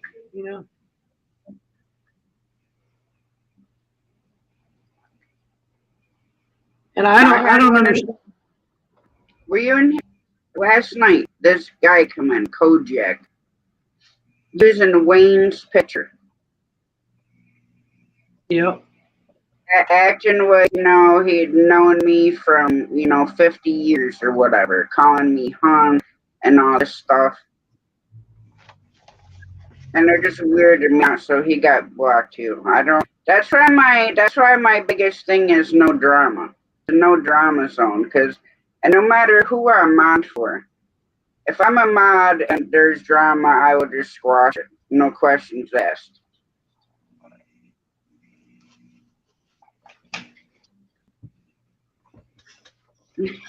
Brutal Bob. The glare hurting your eyes, man. Put on your sunglasses, man. That's what I do. Put your shades on, bro. So, I don't know if this is the right time or place, but I have a package from CFM from Rich when he did his 1,500 subscribers. He had a giveaway on his channel. There he is, right there. What's going on, buddy? How you doing? How you doing, champ? I was just loading up all the toys there. I'll put you on full screen right ahead. That's one thing. I don't have an issue with people promoting anything. If you want to do a mail call in here on panel, that's 100% okay with me. I've been trying to work out some things. I don't have, the studio. I've been trying to set something up in my son's old bedroom, and I really, I haven't found the confidence to do it, I guess, because it's almost like taking a selfie. Yep. I get you, buddy. I totally understand, man. I get it. I get it 100%, man. I'm not into the selfies, so how do I take a video of myself and it's just me, and do I have to edit the thing? And you don't. You're just starting off with your channel, and one thing I'll encourage for you is that as you start gaining subscribers, the community will slowly start developing around you. And one of the things I think people really like to see is growth. Just trying it. It encourages other people around you, because you're going to be around a lot of people that are wanting the same goals, right? So when they see you do it, they get inspired, even if you might make a few mistakes throughout the progression. Now, if you're at 1,000 subscribers, 1,500, and you've got these videos and you're progressing, and then you go all the way back, then, I could see it being discouraging to your subscribers, because they're expecting a certain amount of content. But because you're just growing, and you're developing your channel, right now you're at free game to just kind of do whatever you want to do and just feel it out and kind of find your own little style. You know what I mean? And your subscribers will like that. They will encourage it. They'll think it's cool, especially people that are close to you. And you might even find from your friends when you're going fishing, they'll be like, hey, man, you encouraged me to do a video myself. You know what I mean? Right. But I struggle with it all the time, man. I do. I have all these video ideas I want to come out with, and then, I hear these bigger channels tell the expectations of what our videos should be like, right? All the brainwashing information, like this is the way it should be and shouldn't be, and all this stuff, and it can hold you back. But I can tell you, it does more damage not at this point, especially for you. Developing a channel, man. Anything that you can publish out there and show your subscribers that you're comfortable with sharing, share it. It's inspirational for other people to go public too, right? To publish their videos too. Now I'm gonna ask you: do you want me to leave you like the size you are to do it, or do you want me to put you full screen? That's completely up to you. If you don't want full screen, I won't put you full screen. If you put them full screen, I can, how would I do it? I got to download. I could send it back to him or something like that. Look, it doesn't have to happen now. I mean, yeah, it's totally up to you. I think do it, man. Do it. If you feel comfortable doing it right now, do it, brother. You know what I mean? If it makes So you feel a that's little why I'm better. asking. Yeah. Rich knows I don't have a problem with, like I said, with what people want to do on panel. As long as it's kept respectful and stuff like that, and not a bunch of BS, I don't have a problem with it. Yeah, well, this is something I've been putting off, for like what now, 2 months, Rich? Oh, but it's totally cool. Like, I'm not that type of how do you put it, creator or something that expects it. I mean, you won the gift. You were very active in the stream. You've been a very good supporter of the channel. You've made comments. You've been in my lives. There's no rush to when you want to do this. Do you know what I'm saying? Like, I'm not saying that people expect it, but this trading off thing back and forth, sometimes the timeline, you can feel pressured into making a video because you're afraid people might, well, I'm not that person, buddy. If you want to take your time and get to know YouTube, move your way around before you post a video, take as much time as you want, man. I expect nothing of it. It's your sweater. I think you'll love the sweater. The fact you're gonna want it for the winter because she's warm and it's like 80 or 90% cotton or something. So, or no, I think it's 100%. Yeah, it's getting to the point where I think it is, yeah, something like that. But it's a really nice sweater, man. But you don't have to feel rushed or obligated into doing anything, buddy. If you don't want to do it right now, or if you don't want to do it a week from now or 2 weeks from now, sometimes just watching YouTube, you can learn quite a lot. Do you know what I'm saying? Just sitting back and watching and getting connected, watch how your community's doing it. It's probably smarter in the long run. You know what I mean? They say you learn a lot more not talking, and I do too much talking, so. no, look, I appreciate you, man. I certainly do appreciate it. You see that, Johnny Small Pepper, and he, I guess like you were saying in relation, and I'll say, even at 2,000 subscribers or 1,800 or 1,500, there's always that feeling of somebody being bigger. Same thing as, there's always somebody out in the world stronger. There's the tough guy, you know what I mean? So the same thing applies with YouTube. We still, now being at 1,800 subscribers or something now, I still look at these other channels and what it takes to have sort of the, how do you put it, the video retention behind your videos when you go public, because even at 1,800 subscribers or 2,000 subscribers, you will still feel the struggle that YouTube is not pushing your content, which is why shorts are so effective now. But, it seems like if you have 10,000 subscribers, you might get 1,000 views on your vid retention within a week. Like as far as your ratio, it seems like every 10,000 subscribers, you'll get 1,000 views or something. It's weird, the ratio of the views and how it works. But all I got to say is it feels no different here than it was. Matter of fact, to be honest with you, it was a lot more fun and experimental and less pressure being in the under 1,000 mark, if that makes sense, because it seemed like there was a lot less expectations of me. You know what I'm saying? Like I could just have fun and post different ideas. And as I started getting more subscribers, my channel's starting to develop into something, and my analytics are telling me kind of where the channel should go. And so now it's like I have to follow a role, where before I was kind of like just having fun. You know what I mean? So it sometimes it can be a little bit different perspective when you have a lot more subscribers expecting an expectation, right? If you post so much, a certain type of content, will they accept a content less than, if you happen to slip one by? I don't know. They'll always expect good content from me, right? So it adds a little bit more pressure to the mix once you start getting over that mark. Oh, I'm sure. Oh yeah, Johnny was saying, yeah, more BS with more subs. Yeah, there's definitely a lot more dynamics that come into play. But the main idea is to have fun, man. Just have fun.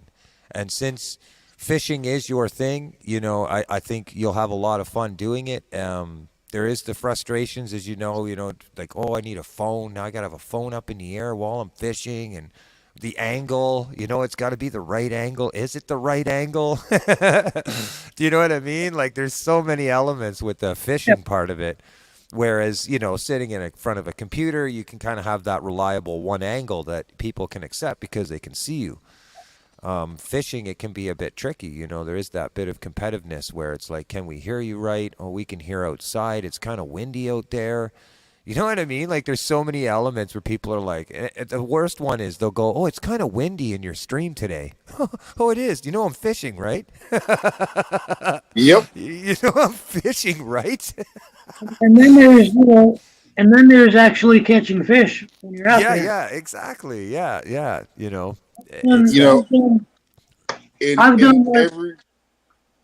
Every time I go live, whether I'm fishing, sitting at home in my chair or whatever, it's the interaction with the chat. It's just the key word is have fun. Yeah. If you're not having no matter fun what. doing it, it's just another job. Yeah. Just have fun with it. I agree with you. Yeah. Yeah. One of the when I first started posting videos fishing, some of the times it was funny because when fishing wasn't sort of happening, I had the wooded area around me. So I would come up with these ideas to make the content, like what can I do? The fishing's not too hot right now. Okay, I'll build a shelter. Do you know what I mean? I'll build this weird ass shelter at a boathouse or, I'll build a fire. Run around with a pink flamingo. Or run around with a pink flamingo, that I found at the fishing creek, right? Just crazy things. And right now they're just miscellaneous videos. But in the future, as I get to know YouTube, let's say next year when salmon season comes back in, right? I have all these live footages from this year that passed, 4 hours or so, that I can literally micromanage edited videos next year for salmon season, showing just the catches and all this stuff. So I trying to stretch my content, so to speak, and figure out how to narrow down those lives, because I notice a lot of people are able to do that, and it does create more view retention back to your lives when people start seeing the 3-minute catch or the 5-minute catch out of a live. Do you know what I'm saying? It helps people know, because they may not have been able to stay in that live the whole time, and then all of a sudden in the morning they wake up and see you posted a video and you caught a fish out of that live. They're like, oh man, I missed it by 10 minutes. Mm-hmm. Next time you go live, boom, they're there for 10 minutes longer. So it helps. It definitely does help. Can't get any reaction, Johnny. What's he saying? Ricola videos. No, I gotta say though, the pepper video, hands down, man, that was something else, Johnny. I know you eat peppers, but the 25 or 24 of them, I wasn't quite sure, and I knew where it was going. I think it was a full 24, but that's what I thought it was. Yeah, but I think it was 23 maybe, because I think when he counted it. When he counted it the first time and he started flicking the stems across, I'd already caught on that he kind of went, he was like, 18, 19, whatever. And then he goes, I think it's 20. And he flicked it off to the side to throw everybody off, right? And but I counted the stems with him. So from that point on, I had counted. And I was like, okay, so, I think he's 2 off of his count. I'm pretty sure he went 2 over on his count there. So I'm going to keep track. And sure enough, at the end of the video, he asked, well, how many peppers did I eat? And I'm like, oh, man, I got to watch this all over again. Oh, yeah. So I doubted myself. I didn't put a guess. I just put the comment related to his content and moved on. I was like, man, I can't. And only because he snuck in yours, I was coming up on the panel. Yeah. Oh, that's cool. Just for you, Johnny.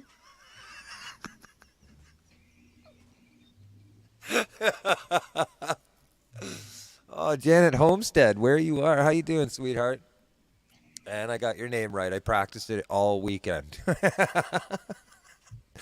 Every time she come in, I go, Janet Homestead, where are you?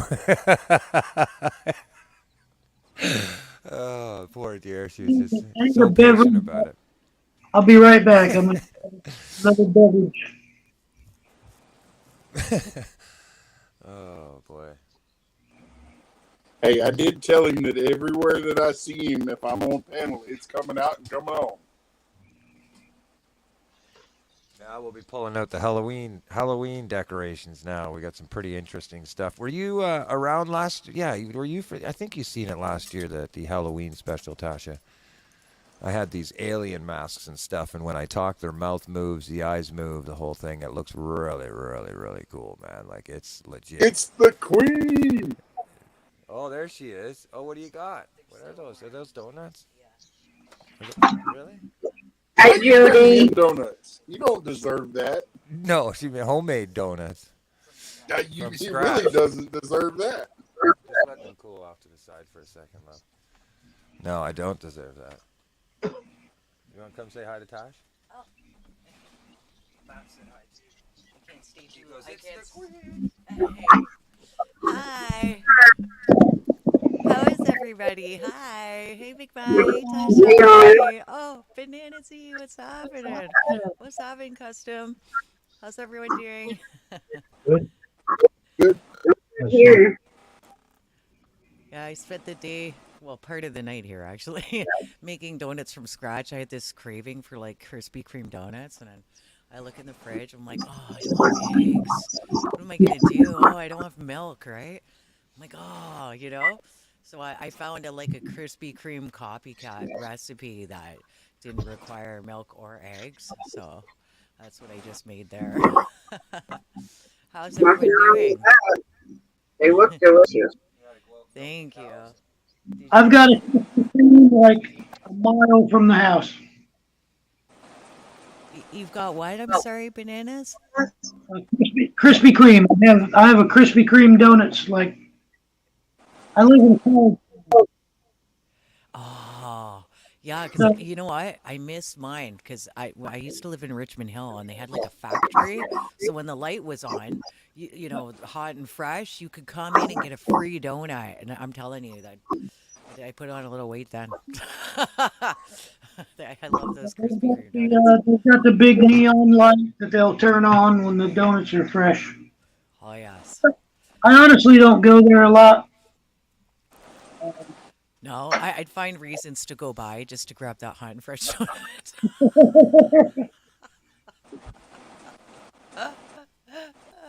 Speaking of which, I much love you guys. Tasha, honey, I love you. Hope you're doing well and Much your knee's love. feeling Love better. you too. Thank you. I gotta check the other side of the donuts. So I guess I did the one flip already. So I'll be back. I'm gonna give you guys back to Rich. But thanks for letting me sit in and talk to y'all. So it was nice to see your faces and everything. Say hi. Nice to see you too, Judy. Yeah. Thank you. Take care. You too. Thank you. That's a cool background. I go to Judy. I says, honey, I says, man, we got to go out and do this alone thing together. Do you know what the first thing she says? She's figuring math in her head, and she goes, okay. She starts doing numbers, and I'm like, what are you doing? She's like, okay, I figured out we would need 18 cartons of cigarettes for 3 months, or for a month. I'm like, that's the first thing you thought. She's like, we need at least 18 cartons, I think, to last a month. Oh, it was pretty funny. Oh, I love that alone show, man. I want to go and do it so bad, like so bad. I would go and do it in a heartbeat.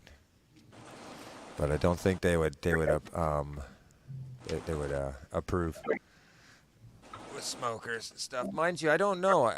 Anybody else watching the series or watching the show, or I pretty much.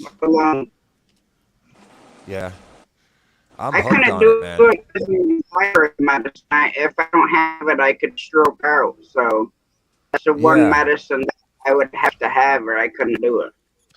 Well, they do give you a medic kit, and anything that you would need in that essence, as far as I think if you're I think you do get, if you need an EpiPen, you would have one with you or something like that. But and it doesn't count as one of your items, but. Yeah, I would just, I don't know. It just, to me, it just seems like I would just have a blast out there. I don't know if I would leave. It just seems so natural for me to be out in situations like that. So I was talking to Judy, and we got a big forest down here, and I was thinking about building a log cabin for a YouTube video. like build a log cabin from scratch. Just try it out, see what happens. It's right down by a fishing hole, so it'd pretty much stay there permanent until it'd fall down. And then anytime we go down there fishing, we'd have a little log cabin shack down there. You know what I mean?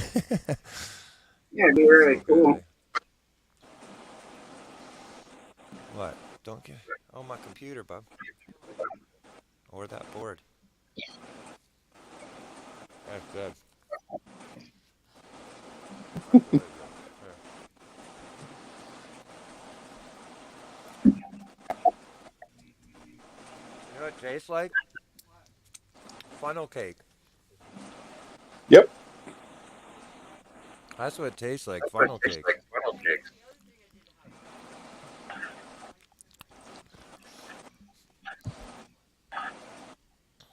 11:37. Oh, I don't know if you could hear me earlier, Rich, but Backspin is like one of the songs that I listen to the most. I seen you lyricking the words. I seen you word for word, which was really cool. I was watching. I'm like, man, she knows every word. But I would sing them to Baby, the dog I had to put down on the September 9th, because she loved when I sang to her. Yeah. So I sing like all different songs, and then I love Backspin it, so I probably sang that to her for like an hour. She just lay there look at me, because when we're in the truck, you know, I jam out to all different kinds of music. I sing to her, and she'd sit there in the passenger seat just staring at me. So I did I send you wave file? I sent you wave files to some songs, did I not? I think to Backspin or something. Oh well, No. I should. I should. This way, you're not using, you know, always using your data, let's say, to listen to the music. You can just put it on your phone. If that's something that interests you, I'll send you a few tracks. You just tell me what song. I'd hook you up, yeah. Don't mind. I don't have the greatest voice, but I definitely like singing. Backspin is a great song, dude. Backspin it, yeah. That song is epic, dude. I love it. It's one of those songs that you know, I wrote a very, very kind of hard time dealing with a lot of things in my life, but one of them was a friend that passed away, and he passed away very young. I think he was 20, I want to say 25, 26. I knew him in the bars quite a lot when I was playing, and he was always there, and he'd just be super excited to see me every time I was playing. And he would stay the whole night buying drinks for me. You know, it was just almost every time he seen me, he would just, you know, he was like the band's best friend kind of thing. And then one night he was found out on the highway, completely intoxicated for whatever reason. And he was found out 600 feet away from the off-ramp. I guess he walked out the off-ramp of a 401 and tried to go across a car, go around a car or something. This is the story they say, but they have him on video camera, and he tried to go around a car that was pulled over on the side. I'm assuming they pulled over ahead of him to help him. He decided to just go around the car and went into the lane, and of course, the 401, they're doing 100, 120. Nighttime, didn't even see it, just smoked him. And so the song helped me deal with a lot of things with, you know, losses of my brother. My brother's passed away at 23. So there was a lot of relation in that song. And as I've said before, it took a long time for me to learn to even play it live again, because when I wrote it, it was therapeutic. And as soon as I got a hold of the song and people, you know, I sang it in front of 300 people in front of a funeral, the family. After I done that, you know, it was tough for me to go back to the song. And then when I went into the studio to record it, I couldn't stop crying. You know, I couldn't get through the whole track without crying. And so after I finally got the song recorded and got what I could out of the you know, my vocal tracks, I left it with the studio engineer, and voila, you got what you hear. But for a year after that, I never played the song. I never revisited the song. I never because it was so I was so emotionally attached to that song that I just found it hard to play live. I couldn't play it without choking up, and so I left it alone. And then just not too long ago, in the last 6 months, I tried it once just freely on a live, on somebody's live. I believe actually it was Tasha's live in the 24-hour, and I got through it. And from that point on, I was like, okay, I can look at this song again. And so then, here I am playing it again. But yeah, I wrote that song like 4 years ago, something like that. I'm Backspin. sure I saw that. I saw that stream. Yeah, I went and took the guitar down and the Focusrite studio and connected it all to my cell phone and tried it out. Had all the equipment fail on me 3 or 4 times, and then finally I was like, you know what, I'm just doing this on my phone, and everybody enjoyed it anyways. So it's kind of like in relation to what you're saying, right? We put our big high expectations on how we want to look over line and stuff, but you'll be surprised how many people actually just like you for who you are after a while. They really just want to connect with you and, see what's going on in your world kind of thing, right?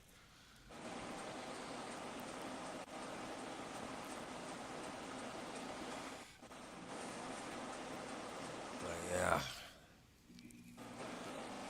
So Wednesday, you going out fishing again there?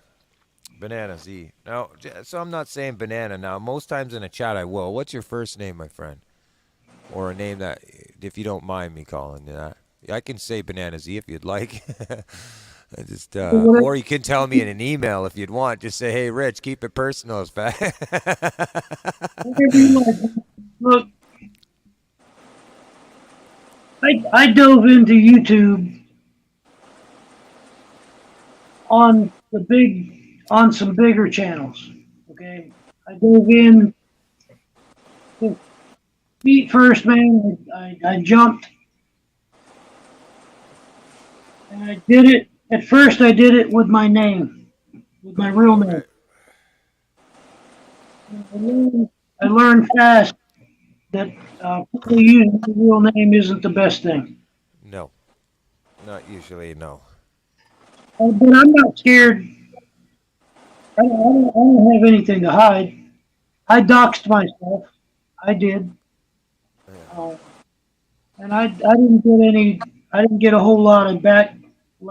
I didn't get a whole lot of doxing myself. But I made it plain and clear. This is who I am. This is where I live. What you get. I got nothing to hide.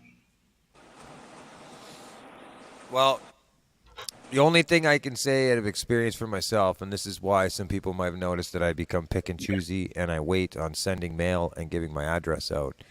Since joining YouTube and when I got into the whole sticker for sticker thing, it was going great. It was going smooth. It was awesome. I got a guitar fully loaded of them.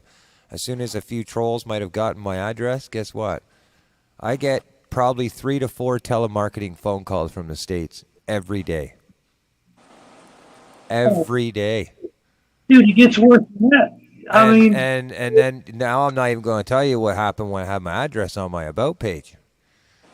That's just a whole nother story. So I started realizing real quick that I don't know. Everybody has the right to operate their YouTube channel in any way they want. I look at people for who they are and I support them for who they are. Period. I love different types of content, but at the end of the day, I really look at people as a heart, and I'm interested in people that are doing lives, that are involved in the live community. And so when I see good content, that it's rewarded. That's just the way it is. And people that show support back and doing it right, or my lives, eventually they just end up getting an email saying, hey, I'd love to have your address. And I send them a package. But my experience from the whole having your address and everything out there myself, to me, it just seemed like it was great at first, and then one bad apple and it ruined the whole thing. So maybe I want to rebrand or develop another channel for the fishing.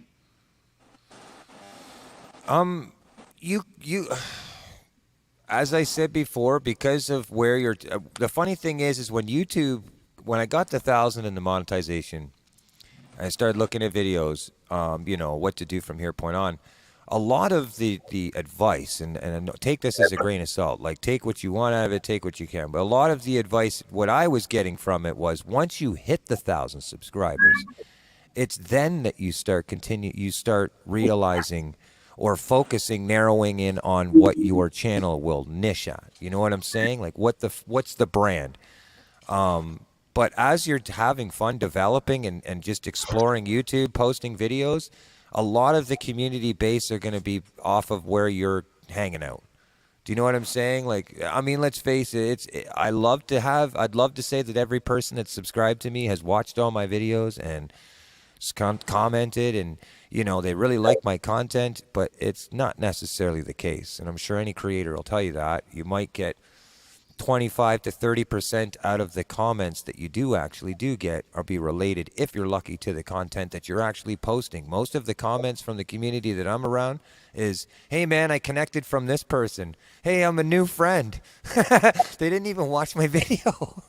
Do you understand? So right now you're just building a community, but once you start getting around the 700, 800, 900 mark, that, as far as I know, if I could do it again, I would have just had a lot more fun in the growing aspect. I didn't start in the community. I want to say, I think it was around 875 or 900 subscribers before I hit the fishing community. Like I'd already had the channel's been active for a year and a half prior to, but it was a long growth to get there. I've almost gained 1,300 subscribers in 6 months just being involved in the live community.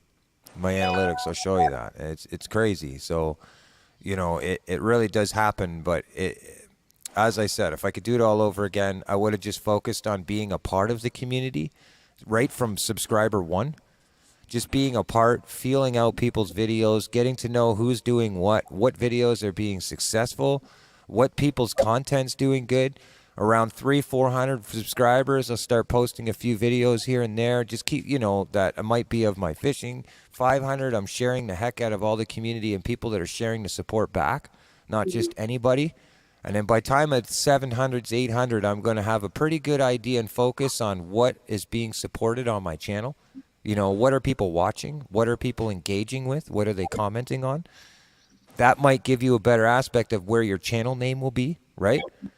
You know what I'm saying? Just methodical, slow growth, and really being involved in a community that you support, and whether it be homestead or fishing or wherever. I find you find a lot more subscribers by moving around, like getting involved in them, pulling them into your community. Sometimes I'll go into guys' fishing channels and stuff like that, or sometimes I'll be in a farming channel. Sometimes I'll be in Tasha's channel, like a chill and chat Truckstop channel, Every once in a while, he'll show up in mine, and there's no telling what you'll see. Oh yeah. Exactly. And so, if I'd learned all this prior to, that saying, if I knew what I knew now then, I wouldn't have been so eager to post 100,000, keep posting videos out. I probably would have focused more on just like really getting to know the community that's concentrated around what I want my channel to be. And I would have just stayed in that community and supported and really got to know people personally, because I didn't really get that chance. My channel keeps going up and up and up so fast, I can't keep track of all the people that are commenting on my videos anymore. I got to have Judy do it. Every day, like I'm missing comments that were 2 months ago or popping up on my channel. I don't know why. I don't know what it is. It's like I'll refresh the YouTube page, look at held review comments, look at every option I have to filter. It'll say no comments. And then tomorrow I wake up and it says that the comment now that's new was from 2 months ago. So I don't understand. So now it's like I got Judy dealing with my emails and stuff and helping me out with that a lot more now, instead of worrying about mods, because now I've got a lot of cool supportive people coming into my channel every time I go live, because I don't go live weekly or all the time. I'm finding that there's a lot of cool people in there that are supporting the channel, so Judy can kind of sit back and relax and more get to know people, while I'm doing this lives, because it's hard for me to get to know anybody personal when you're hosting a live, playing music or a video shout out stream. I don't really get a chance to know people or hang back. So yeah, but it just have fun with the ride. That's all. Just have fun with it, and then it's just funny how the analytics, everything kind of just molds and puts you into this direction. Some people listen to their analytics, some people don't. They just keep doing whatever the heck they want on their channel. You know what I mean?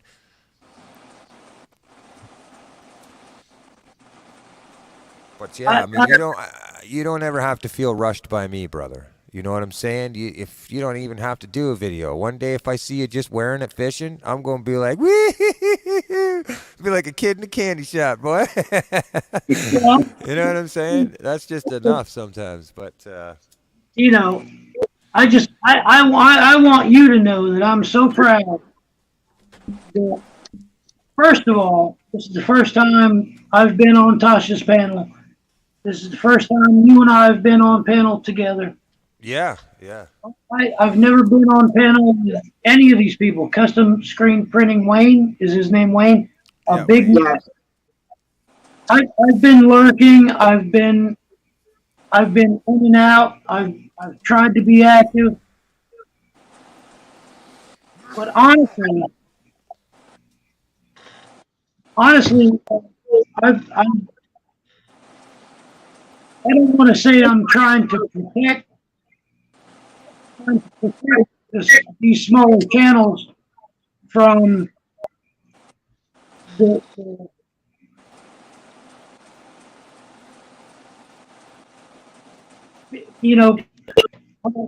I don't know exactly how to say this. If the wrong people follow me here, we're all going to have problems. I'm members of channels, I'm moderators of channels. They have trolls, man. I'm not. I try to be a good person. I'm not going to say I'm a saint in any way, shape, or form. I have my flaws.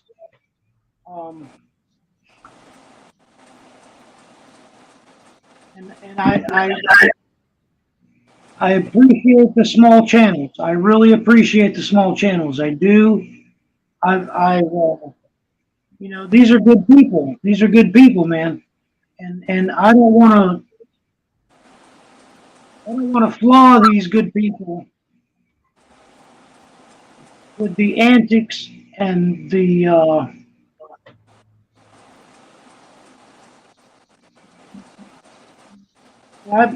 look, dude. I've been a part of the stay up all night. There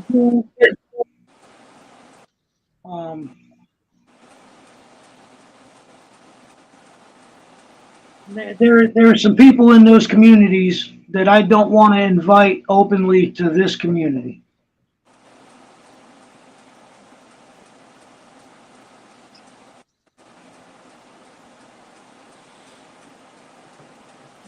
Well, I mean, if they come, they come. If they don't, they don't. Well, and you deal with them accordingly. But I just want to say up front, I'm not perfect. I'm not a saint. Nobody is. None of us are. I try to be a good person. I'm looking to better myself. I'm looking to surround myself with better people, and that's why I enjoy the homestead community. I enjoy the fishing community. A lot of these people are Christians. A lot of these people are. No, I'm sorry. I brought religion into it. I'm sorry, Tosh. Oh, a lot of these people are just good, wholesome people, and I've been involved with some been involved with a pretty rough crowd, man. Well, I mean, you got to take the good with the bad. Yeah. Because you think one thing is one person's bad over on your side. We've actually had people come up on the panel and whip their junk out. Yeah. So I mean, Yep. been there, done that. Ain't impressed. It does happen. I mean, it just that's Magic tricks. It just I feel what you're saying. I totally get it. I do speak about certain aspects of that. Sometimes I have in the past when it comes to who we choose to support, or trust or share on our community tabs, can really, like, I don't know. It's hard to explain, but there's just certain things that can happen. Your subscribers are very, very important and very crucial to your community that you're building. And if you're leading your subscribers into communities or people of the community that that could be at risk of being trolled or be led down the wrong path, whether it be a bunch of any things, then yeah, it looks good for the second, right? You look good. You're like, yeah, look, he's sharing everybody. Look, it's great. Well, wait until your subscribers get one bad moment or watch something bad that happens on that panel one night. Well, now they know they came from you. So don't you get, it's kind of like bringing when your boss says, hey, anybody could come into work? I usually say no. Because you know what I'm saying? Like you do end up getting a hit for that. And so I am a little specific and a little particular on who I share on my community tab because I want my subscribers to trust me that if I say here, go there, if I say go there and build a community with this person, right? Go connect with them. And 3 nights later, they have something happen on a panel they don't agree with. Well, guess who gets to hear about it? I get an email I get an email message from them. I have some subscribers that we talk every day. Like at least 7 or 8 of them, we talk every day. I get either emails and questions to their YouTube videos or their channel or whether or not they're going to give up. You know how many channels I got that message me emails saying I want to give up today? Oh, fuck. Not, pardon my language, but I'm going to tell you, it's getting more and more. I got, and I sit there with them and I encourage them not to and tell them that, because some of them have been there since day one with me when I was building the channel. And let me tell you, when I got trolled hard and I'm still getting trolled. And I say, bring it. Give them something to talk about. Give me something to talk about, baby. If you're saying my name in somebody else's panel, I don't care how you want to say it. Say my name, say my name. I've been an entertainer my whole life. It's like wrestling, man. When you step in the ring, there's a good guy and a bad guy. I can play both parts if you want me to. Just tell me which role you want me to play, homie. I don't care. Like video antics are video antics. You just tell me which way you want it to go.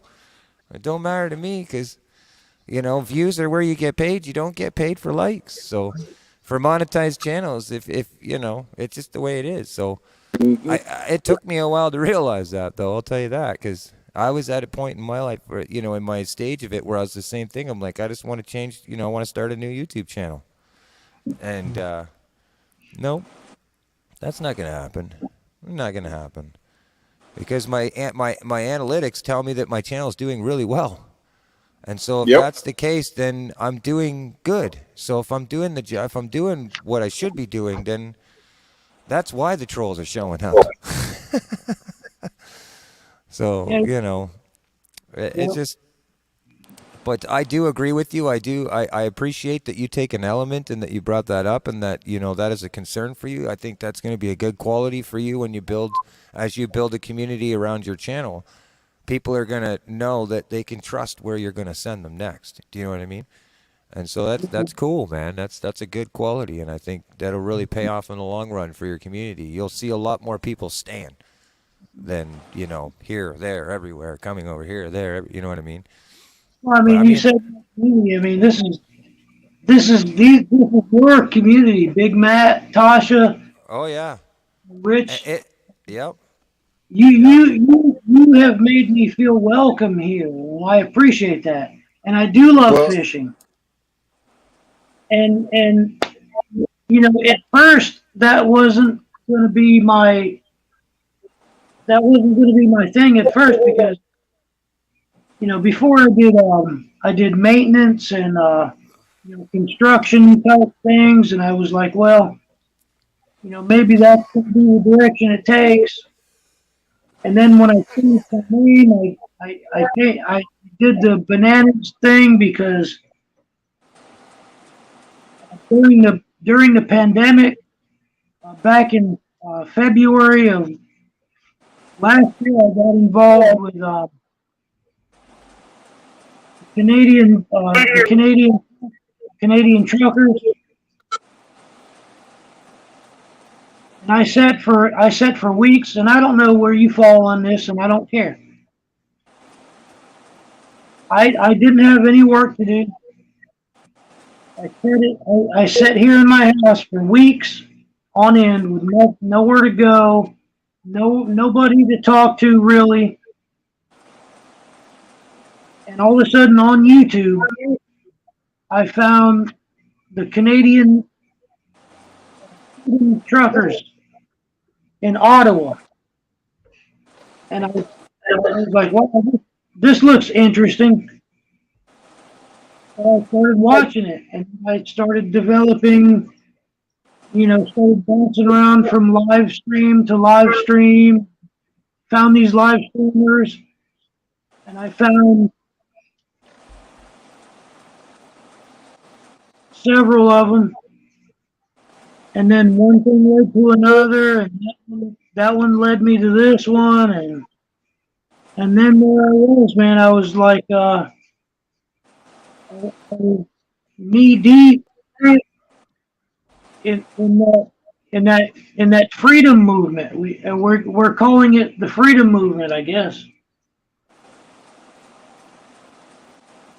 And then from there, it just spun off to this one and that one, and I could rattle off a dozen names right now that I'm sure you know about, and I'm not, you know, maybe some of them you're not aware of. But I'm completely and totally involved. And I'm not saying I want to keep away from it. I'm not saying I want to abandon that part because that's what brought me here.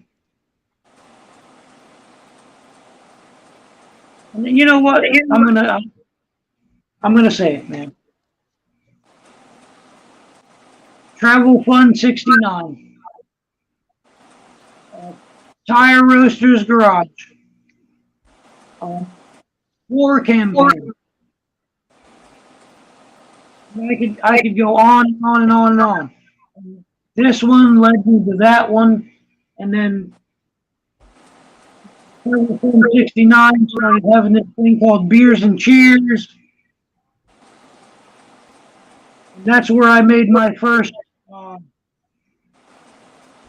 That's where I came on first. I was like, all these other people are doing it, I'm going to do it too. And that's when I jumped in. I jumped in with both feet. Never thought I would have my face out here like I've put it out here. But I'm still, you know, I'm still kind of shy, man. Oh, just keep, like I said, just have fun, plug away, and you know, it's too early to tell now because the analytics kind of fall behind with YouTube. But you know, in the end, as you start growing, you'll see. I think you got a pretty good aspect of the visual if you spent that amount of time kind of making your way through communities and stuff and certain live streams. So you've kind of gotten an aspect of different types of platforms and how people present their lives, right? But at the end of the day, right now, you have one of the biggest advantages, and that's the fact that your channel is at a point where there's nothing that can happen other than growth. Do you understand? Does that make sense? Like, nothing there's only one thing that's going to happen when you post right now, and that's growing at this point with 50 subscribers, 100. You know, YouTube has these milestones that reward you up to 1,000. Well, guess what? When you're over 1,000, those milestones are gone. You have to make your own goals. You know what I mean? That's it. You know what I mean? There's no more. They have little suggestions in the box. It says, "Oh, you should collaborate with other people." You think? Or you should do these certain things, but once you get over that 1,000, YouTube doesn't go to you and say, "Oh, guess what? At 3,000 subscribers, we're going to reward you with this." No. From this point on, once you're over that point now, it's kind of like, "Oh, you're part of the YouTube partnership program? Learn how to read our little antics here. You're on your own. See you later." And by the way, we're not going to push your video content unless it's shorts, okay? Thanks for getting your 1,000 subscribers. Oh, yeah. It's very important. It's funny because the smaller channels, believe it or not, and I'm honest to say it because I was one of them, and I still am. But the smaller channels are the ones that are pushing the majority of the content that's going out there. Like, I mean, 2-3 videos a week, panels every day. There's so much content that's getting put out on YouTube before the 1,000 that there's no monetization available. Do you know what I'm saying? And there's a lot of good people that are under 500 subscribers posting great videos that deserve, that are well edited or whatever. It's just long view content material. Unfortunately, at this point, YouTube is not pushing it, man. If it ain't 5 minutes or less, most people. I mean, I got some pretty good videos out there. I tried different ideas. I built a fish glue, which crashed on my head during live while I was video featuring. And I mean, this fish glue is about 7 feet tall and about 13 feet wide with a fish fin on it and everything. You had to climb through the mouth. I sprayed the inside of it green. And do you want to know what the average view retention on that is? 3 minutes and 47 seconds. The video itself is only 13 minutes long. So even, maybe this winter it'll be different. Maybe next winter it'll be, who knows, right? Because I've found a lot of videos that go booming are usually later on in their growth. I don't know why, but like some videos will be on YouTube for 4 or 5 years, get nothing. And then all of a sudden it just becomes this huge trend. Like whatever the case may be, whether it's knitting or bell bottoms or some ghetto blaster or whatever the case may be, all of a sudden your content falls into that algorithm because that's what's trending 4 years from now. Do you know what I'm saying? And your video goes. And then that's the only time I've ever really seen videos blow up. But shorts right now, it seems to be the only thing, man. Unfortunately, like. I don't know if you think I don't know how you feel about that, Matt, but because I know you've went through the growing more than I have as far as going over the 1,000 mark and becoming what smaller channels call us as the bigger channels, but you don't feel bigger. It's just a number on the homepage. I'm not bigger. No. I'm just me. I'm gonna do my thing, and I'll do it the way I want to. I don't care about, Yep. Yeah, I care about the little things, but if you sit back and you dwell on stats and all this other stuff, it'll stop you from going public, man. Yeah. Things are going to change. YouTube in the whole is growing and changing. Yeah. So. Yeah. And I think today, officially, because I think YouTube is really pushing shorts. Because I put up a short yesterday that was way better than the one that I put up today. And the one that I put up yesterday got 300 views. The one that I put up today is sitting at 1,400 views. Yeah. Timing. Did you happen to post it at a different time? I've been making notes. Yeah. I've been making notes every time I post a short, like time, when, what time, how the reaction is. Mm-hmm. And I'm going to tell you a weird part about it. I don't know what it is, but like 1:30, 2 o'clock in the morning, I post a short, 11,000. Post it at 12 o'clock in the afternoon, 4,000. Post it at the 12. I don't know what it is with the 12 o'clock mark. Like 1 o'clock, 12 o'clock, p.m., a.m. I posted one at 7 o'clock my time last night. Yeah. and then I posted one today at 2:00 my time, p.m. Yeah. And yeah, Big difference, eh? yeah. They say the most. I looked online. I googled it and I asked it. Searched up the majority of the world. When are they online? When are they online? And apparently, believe it or not, 12 o'clock is the time. Dynamite time. It's the first of lunch break. And it lines up with 3/4 of the time. Like most of us are around the same time or an hour difference, sometimes 4 hours difference. But Tasmania is like 15 hours, and I think where's the other one? It's 12 or 13. So you're talking noon our time, but midnight. Yeah. Or like 12 o'clock p.m. or lunchtime or like our time. So I think you're an hour later than me. So like Devil Dog's, an hour away from me. He's in the States. So I want to say Central Time, right? Central, yeah. I'm still trying to figure it all out. I got to write it on the wall to remember all that shit. But Central Time. Central, me yeah. and Devil. So Central's 1 hour ahead of us. So I'm Eastern. Yeah, I'm Eastern. Are you in Yeah. Canada? Yeah. It's You're above us. Yes. Yeah. 12. Yeah, so I mean, the shorts are funked out, but I will say this. I do have one. I don't know what people consider viral, whether it's 100,000, whatever the case be, but my video, I have one short. I can show it if you'd like. It's that damn bird video. It will not stop. It's doing 1,300 views every 12 hours or 2,200 every 24 hours. It's now sitting up to 70K. 70,000 views. So, and that's in a month and a week. So it just won't stop. All it keeps doing this, and it's gained 87 subscribers that I don't know or never met or don't know their names. You know what I mean? I don't never seen them in live. But my point is that it's like holy. The shorts. It's a 13-second video, man, of a bird dancing on a window. You know what I'm saying? And it's killing it. And I don't even know what happens. Does 100,000 views count with the shorts? Does it count, or is it with your vid count? Like, how does that work? I don't know. But if it hits 100,000, YouTube emails you and says, "Congratulations, you hit 100,000 views on a video." So I don't know if it will. If it does, I don't know. We'll see. But it won't stop. It just keeps going up. And I keep saying, and I keep using it as a reference. It's awesome as a milestone, hooray! But if it had been related to content that I actually do on my channel, maybe it might be a little bit different in my analytics. Maybe people would be trying to comment on my videos or get engaged with my community, but they went on my homepage and they don't see a bird video. There's no bird dancing anywhere on my homepage or my videos, just that one short.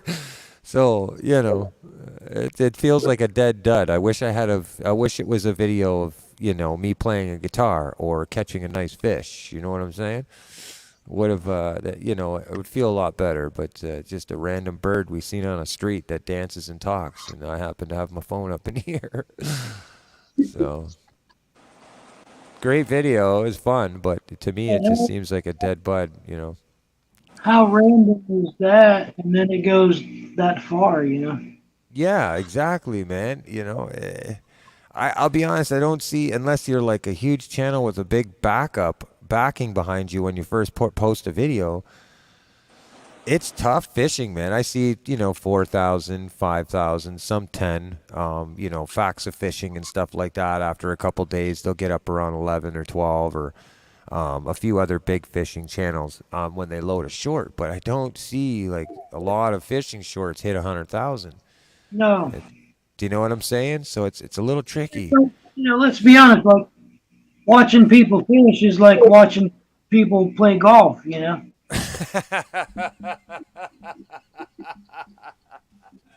not into that. The act of doing it and then the visuals, what do I have to do?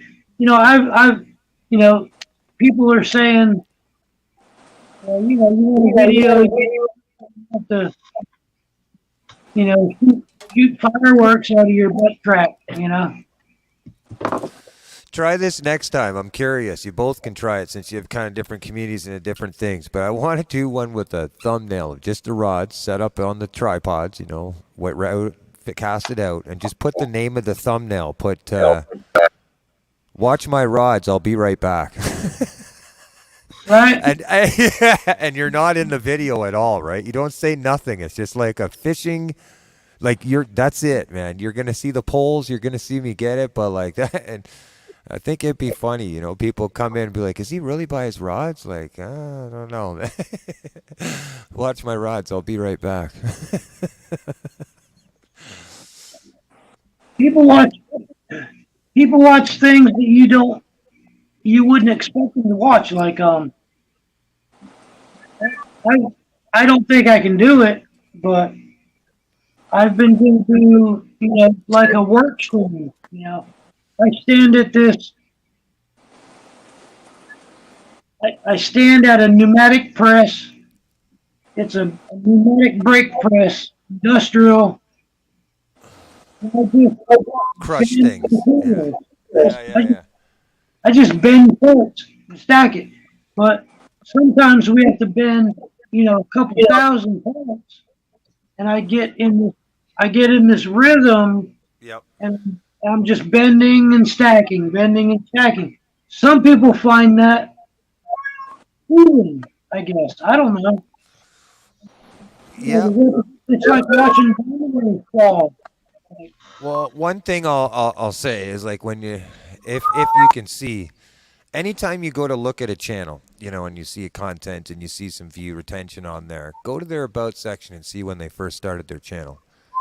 And then look at how many subscribers they have, because it'll tell you kind of an extentivity of their growth, their efforts they put into the channel. I find a lot of people, especially with content that, I say, for instance, would find not interesting at all, they'll have good view retention, and I scratch my head. I go, well, how come? How does that work? Like, this seems boring. Why is my channel? Well, it's because they've spent so much time focusing on that niche that, 2-3 years from now, of course, what's going to happen? You're going to end up with a lot of people that want to see specifically that, because there's billions of people in the world. So, it's a pretty good odd that out of a billion, if 1/10 of those people like fishing, well, that's good odds. That's really good odds. You know what I mean? That's a lot of people that you can gain as subscribers on your channel, even at 1/10 of a billion. So, it just takes time. It does. Some channels grow a little quicker than others, but like I said, my thing would, if I could. And the other thing is, if you want to do more channels, I would never suggest against it. The only problem is it becomes real busy, But if you wanted to have a separate channel with, trades and stuff like that, and, just to see, maybe, who knows? Maybe you'll find more comfortable and easier to go live doing that right now, and that'll help you create content. You could do your fishing a little bit, go live and with people and support the fishing community. You know what I mean? Go live when you want to, but your other channel might rise quicker. You don't know. You know what I mean? Have a good night, Tasha. Try it. See you later. Have a good night, Wayne. You know what I mean? Definitely do it. If you want to try it, man. Do it up for sure. I was thinking more so to just separate the shenanigans from the serious stuff, because I don't really want the shenanigans to be over here playing around with the serious things. And well, there's something you're going to learn real fast. We have a lot of our own shenanigans, and we have fun over here as well. Yeah. I know what you're saying. Brother. I know what you're saying, and I know, you're trying to respectfully say it within a manner, and I think, and I respect that. And I totally understand where you're going with that. I have felt that myself, having music and fishing being combined, right? it is pulled at me in some cases because some people go, "Hey man, I just want to hear you play guitar." Matt said himself, you know, he's one of them. He said, "Dude, I'm interested in who you are because of you noodling on a guitar. I could care less if you're fishing." He told me straight up to my face. No, that's not what I said. But he did say, he told me, you know, he enjoys that part of my channel and that content more in a sense, and that's something that he likes, which is cool. And I'm finding a I lot enjoy more all people. of it. Yeah, and I'm finding a lot more people would prefer that on my, you know, than me going live every day going fishing. You see what I'm saying? And so, you know, I felt the same kind of thing. I was like, oh man, maybe I should have kept it at the, you know, the Rich Within music, or, you know, instead of making fishing a part of my channel. And then I go, you know what? My analytics are telling me that my channel's going right. It's going in the right direction. So why am I, you know, all these thoughts and things come across me and these doubts, and I wake up some days, man, I get up, I have full intentions. Look at mail calls. I'm just as guilty, buddy. Right. Right? You know what I'm saying? Like Devil Dogs, I got his, and I have one from Sandy Toes. And one of the things I struggle with, and this is one, and the mail call thing. The mail call is cool. I like it. I think it's great. It's great for the person who sent you the mail. I don't know if it gets to all your subscribers, but one thing I'll notice is that the video never goes any further after it's posted. Like, after 3 days, 4 days, the video's done. Like, nobody will watch it unless it's, you know, new subscribers. The odds are very low. So I try to find ideas to make the content interesting to, I wouldn't say clickbait people into it, but to kind of set them up to come into it to see, you know, this mail call. And then, of course, they end up seeing Devil Dog's channel or whoever I'm doing a mail call for. But a lot of people have the guts to just be able to sit right in front of a computer and go, you know, write raw form. This is what I got, and they open it, and I commend them. I commend them. Unfortunately, now being where I'm at and how much I've went through YouTube and all the videos and everything, now I go, that's not good enough. Like, everybody's doing that. So what is going to separate my channel from their channel? What separates my video from theirs? What makes it me? Right? You know what I mean? Why are people going to come over and watch this video? And by the time I do all that thinking, I've talked myself out of going, even doing the video in the first place. Do you see what I'm saying? So I get it, man. And it's because of the growth and sometimes the trolls that, you know, and the voices and, you know, the sort of cliche that's going on in the YouTube community, you know, everything that's going on and how to grow and all that madness, I call it. You know, it can be exhausting after a while. And so I hope Tasha's not getting bored with us. No, I don't think No, so. I'm good. You're good. You're good. I feel like we hijacked your channel for a minute. Well, no. Rich knows how I am. It does not bother me at all. I'm sitting here listening, you know, and my thing is, you don't always have to do a video and show your face. Yeah, that's right. You're right. My face in my videos. You might hear my voice, but I'm not always like, here I am. Yeah. Yeah, I know, and that's another thing that I feel it seems to be a big push is that, you know, this nostalgic around the whole, like, people want to see your face, you know, they want to know who it is, you know, and this type of or else your content won't be viewed. You know, back in the day, YouTube, it was, you know, it was video content. It was a video content platform. Like, people went around to find good video content to watch. I think music was a big thing. People used YouTube as a music playlist, right? A lot of people still do now to this day. It's a free place to go stream music, and you know, minus the ads. But videos can help you work on your truck. Exactly. Yeah. How-to videos. Those I'm gonna like. I will start a new YouTube channel eventually, and one of them will be. It's gonna be. It's about YouTube. I'm gonna hit that cliche of the YouTube growth. The only difference of the YouTube growth is I'm not gonna tell people what they should do. Oh no. I'm gonna tell people what they shouldn't do, and that's all the videos are gonna be. Don't do this. Don't do that. don't do this, don't do that. And some people are going to like it, some people aren't going to like it. A lot of the YouTubers, the big YouTubers, are going to hate me because it's going to go against most of what I've been told to do. You know, and like, which is the big worry of the 1,000 subscribers, and like, oh, watch your channel. You know, these damn videos you see out there now where they go, get 100,000 or get 1,000 subscribers in 30 days this way. Like, come on, man. Yeah, maybe if I was 15 years old and I didn't have a life or didn't have no bills to pay or anything, and I spent day and night, and you know, maybe. But every single one of those videos, you'll find a link in there that goes, you know, join our club today for $150 a month, and your channel will grow immensely. And I'm just going, okay, all right, thanks a lot, buddy. See you later. you Once didn't I help at get all. me a show, come to my channel. I'm going live in 5 minutes.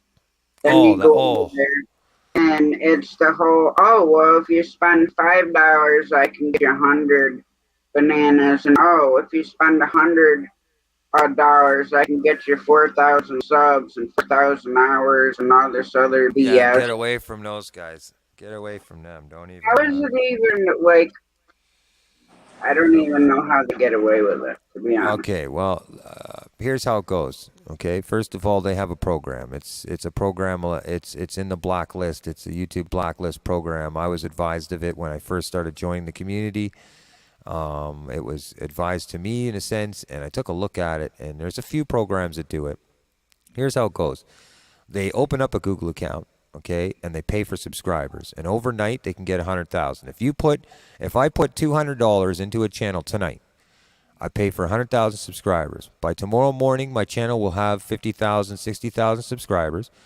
I put $100 into views, okay, and I pop on every one of them, and I put 2,000, 30,000, whatever views to make it match to the subscriber count.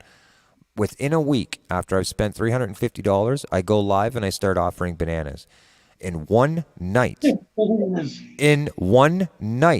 PayPal transactions, because of the way YouTube growers go and how desperate people are for it, in one night, I'll make my money back 5 times fold. In a month, I will be 10 billion times over what I started my channel with. By the time YouTube catches on, I close down my account and start another one. Now I'm making a living, aren't I? Off of the smaller channels that are just looking for that growth. And that's what they do. And they shut down the channel, and they've only, you know, and then they start another one. And so they put $300 investment into it. They get 5 times the amount, they close the account, start another one. And they keep doing this. And that's why you'll see that the money only goes to PayPal. Drop to the PayPal link, right? You're not paying into YouTube. You're not sending them super chats. You're giving them PayPal donations. It's going to a personal account. By the time Google catches on, they shut the account down. Boof. Done. See you later. Start a new one. YouTube can't catch on. They can't catch on. You know this. People can put 50. They can have 15 accounts and go on YouTube with their main account and then troll you with the 14 other accounts and look like an angel on their account. Wow. There's no safety in that aspect because Google is combined with it, and they can't determine whether or not somebody's making multiple accounts under the same IP address, if that makes sense. And even if you did, all you got to do is go get Wi-Fi at your buddy's house, open a new Google, start a YouTube channel, come home, you have access to it. Now you have 2, 3, 5, 6, 10 accounts. Google they want you to make accounts, so they're never ever going to tell you no. You know what I'm saying? And as soon as you make a verified Google account to any cell phone number, you can now have an active YouTube account, which allows you to interact with the community. So all you need is a burner, a credit card, and that program, and you can literally go around. It's nuts, man. I couldn't believe it, but as soon as I started understanding the concept of it and what was going on, anybody that's and I'm not going to say who they are, and I don't care. But anybody that would share their links or support them, knowing it, especially if they're a larger channel, block. See you later, buddy. You never, ever will step foot on my channel because you will bring that attention over to my channel. It'll come, it will follow, and I'm just not interested in it. So, you know, it's unfortunate, but I just don't. There's no easy get-rich scheme with it because if you pay for views and pay for subs, Your view content, you will always have to pay, because the day that you don't, your videos won't show the view retention. And I appreciate you. A couple weeks ago, you Nitro RC, I believe you plugged Nitro RC Yep. for Yeah. message, right? That's right. Yep. Yep. And Yeah. it turns out that guy lives right here close to me too. Nitro, yeah. He's a cool cat, man. He's cool. He'd be somebody. He's He's a 2 hour drive. It's a 2 hour drive. He's He's another one of those channels that you'll see, he's up there. He has a good community behind him, but you can tell that he's had his views, he's had his visual and YouTube, he's had his time and spent in there, and what he tells you is just straight up. And whether you like it or not, me, I can sit and listen to something I don't like. Not everything somebody says I'm going to like. But I respect that man, because he is literally, if people ask him a question, he doesn't sugarcoat it, man. He'll just tell you based off his experiences, and he doesn't lead anybody astray when it comes to how to build a community. He'll just tell you straight up, stay away from here, stay away from these places. You know what I mean? And he probably gets a lot of flack for it. He does. It takes a lot of balls to stand up to that type of He mentality. does. He went off on somebody here a couple weeks ago, and I was Yeah, I like, remember. Yeah. that's funny. Oh, yeah. And he tore him apart. I'm sorry, but there's one thing to going off on somebody for some bullshit, but there's another thing to be dragging it out for frickin' 6 damn months, because after the first minutes, I don't get. Well, yes, 100%. I can agree with you. And I learned that my own self on my own channel. Any extended content that can create negativity or anything, you might hurt the channel a little bit, but you'll hurt your channel more. You know what I'm saying? In the long run, like there's honesty. Don't get me wrong, and there's in telling your subscribers straight. And you're gonna have good days and bad days, but any extended material that has to do with a certain individual, whether it be trash talking them or anything, it just isn't good. Because let's face it, you're trying to earn the trust of people that you want to gain friendships with and subscribers, and hopefully at one point members and this type of stuff. If it's shown, I've always tried to keep this in mind, but if it's shown that you have this vindictive personality where you'll go out and bash talk or go out and create this thing furthermore than just dealing with the problem and then moving on, what's to stop you from doing that to me the moment we have a disagreement? Yeah. Do you know what I'm saying? As the viewer, do you know what I mean? So, nothing. So you mean that if I tell you something wrong tomorrow, the wrong way, if we might have a disagreement, you're going to do the same thing to me? Do you know what I'm saying? So it can scare people away for sure in the long run. But and so I agree with you 100%, Tash. Nothing needs to be extended beyond the point. I learned that myself. It helped in the moment. And then frickin' move the hell on and get over it. Yeah. That's why I run this the way that I want to. And if I see something I don't like, or somebody says something I don't like, then they're just going to get squashed, and then I move on from it. That's right. I don't need to sit here and be like, oh, well, if you go to this channel, blah blah, Well, Tom, can you imagine having 200 people in your chat right now? I had it once. Well, I could, but crazy. I still pay attention to what's going on in my chat, because that's just how I am. And even if I was in Rich's chat as a moderator and he had 1,000 people in there, I'd still be watching chat like a hawk, because I know he can't. Yeah. That's the job of a moderator. But with me, it doesn't matter whose live I am in. I'm always watching chat, whether you have 1,500 or 2. Yeah. And I do a lot more watching these days than I do talking. I'll be honest with you. I do a lot more watching than I do talking now. Before I decide to engage in a community or engage in a chat, I sit back and watch for a bit first. Not gonna lie. See, that's me. You'll see, I'll be in the chat and you won't. Well, Tasha knows when I'm there usually, but I won't be saying a lot. But I'll be watching and paying attention. Yeah. Yes, I'm learning new things for my own channel, so Yep. it is a benefit for me. But I'm also keeping an eye out to make sure, try to keep any riprap, trolls from coming in. Yeah. Yeah.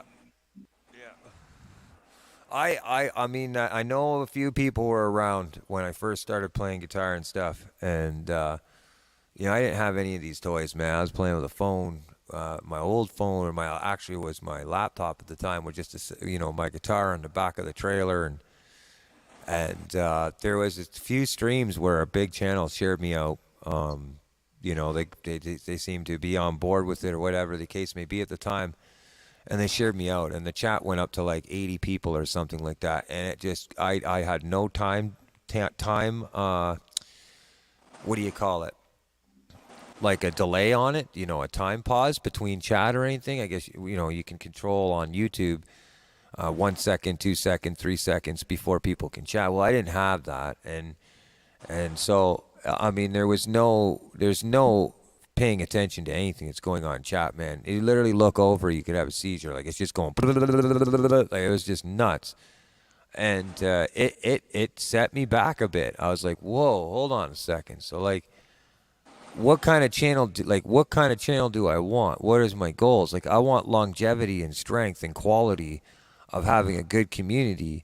I don't want to be that rapid growing channel where I don't know anybody, and I don't know a darn person. It's just like, here I am, and I post a video. You don't know nothing more than just you're vulnerable to the, what's going to happen when you post. So I encourage myself, when people ask, I encourage to enjoy the growth, man, and to really, take time with it, because if it's something that you're going to grow and you want, then I'm assuming most people, if maybe they're just feeling it out right now, and I get that, I can understand that, but it could be a lifetime thing for you too. And I think for some people it will develop into that. It will be literally a lifeline, something that you depend on, that you like to do, that becomes a hobby, that becomes an interest. You get friends and you get connections with people that become lifelong friends, and if that's the case, if that's what ultimately the goal of the channel is to get that, well, I got to take my time with this, because even though I might have 1,800 subscribers, I've only been a part of lives and going live and being a part of any of this community for about 7 months. So, like, I'm an infant, man. I shouldn't even be telling anybody fuck all, pardon my language, but I shouldn't be saying anything. Really. I'm just grateful that I'm playing guitar and I'm not just holding a rod like everybody else, right? Like, it's fun when you first start posting videos because people want to see you catch fish, but once they know you're good at fishing, well, now why are they going to come watch you? Do you know what I mean? So you got to get connection with your friend. You got to get connection. People will like you for who you are. It's like selling a job. You know this. If I go up to a homeowner, you could go up and you're a tiler and I'm a tiler and we both have the same years of experience, right? Same resume. What is going to make the customer choose you over me? It'll be personality. Over every time. If you walk up to the door and they trust you, they see how you're dressed, they make a judgment, right? They see your presentation, how you approach them. You're selling a job to the homeowner. I show up in a beat up truck, you show up in a professional truck. Like, it just, you know what I'm saying? So it's kind of the same way with. Hey, listen. I heard that some of these people around here, they won't hire the guy with the best truck. They'll get 3 estimates. Yep. They'll get the guy with Oh yeah. the middle range truck. Oh yeah, no, you're right. Yeah. But it's not saying every homer makes the right decision based on appearances. I'll tell you that. You know, my boss has a great joke that he said many years while he was drinking at the bars with me. He said, if you ever see a guy passed out in a ditch, smells like booze and urine, have some respect. He could be a hell of a roofer.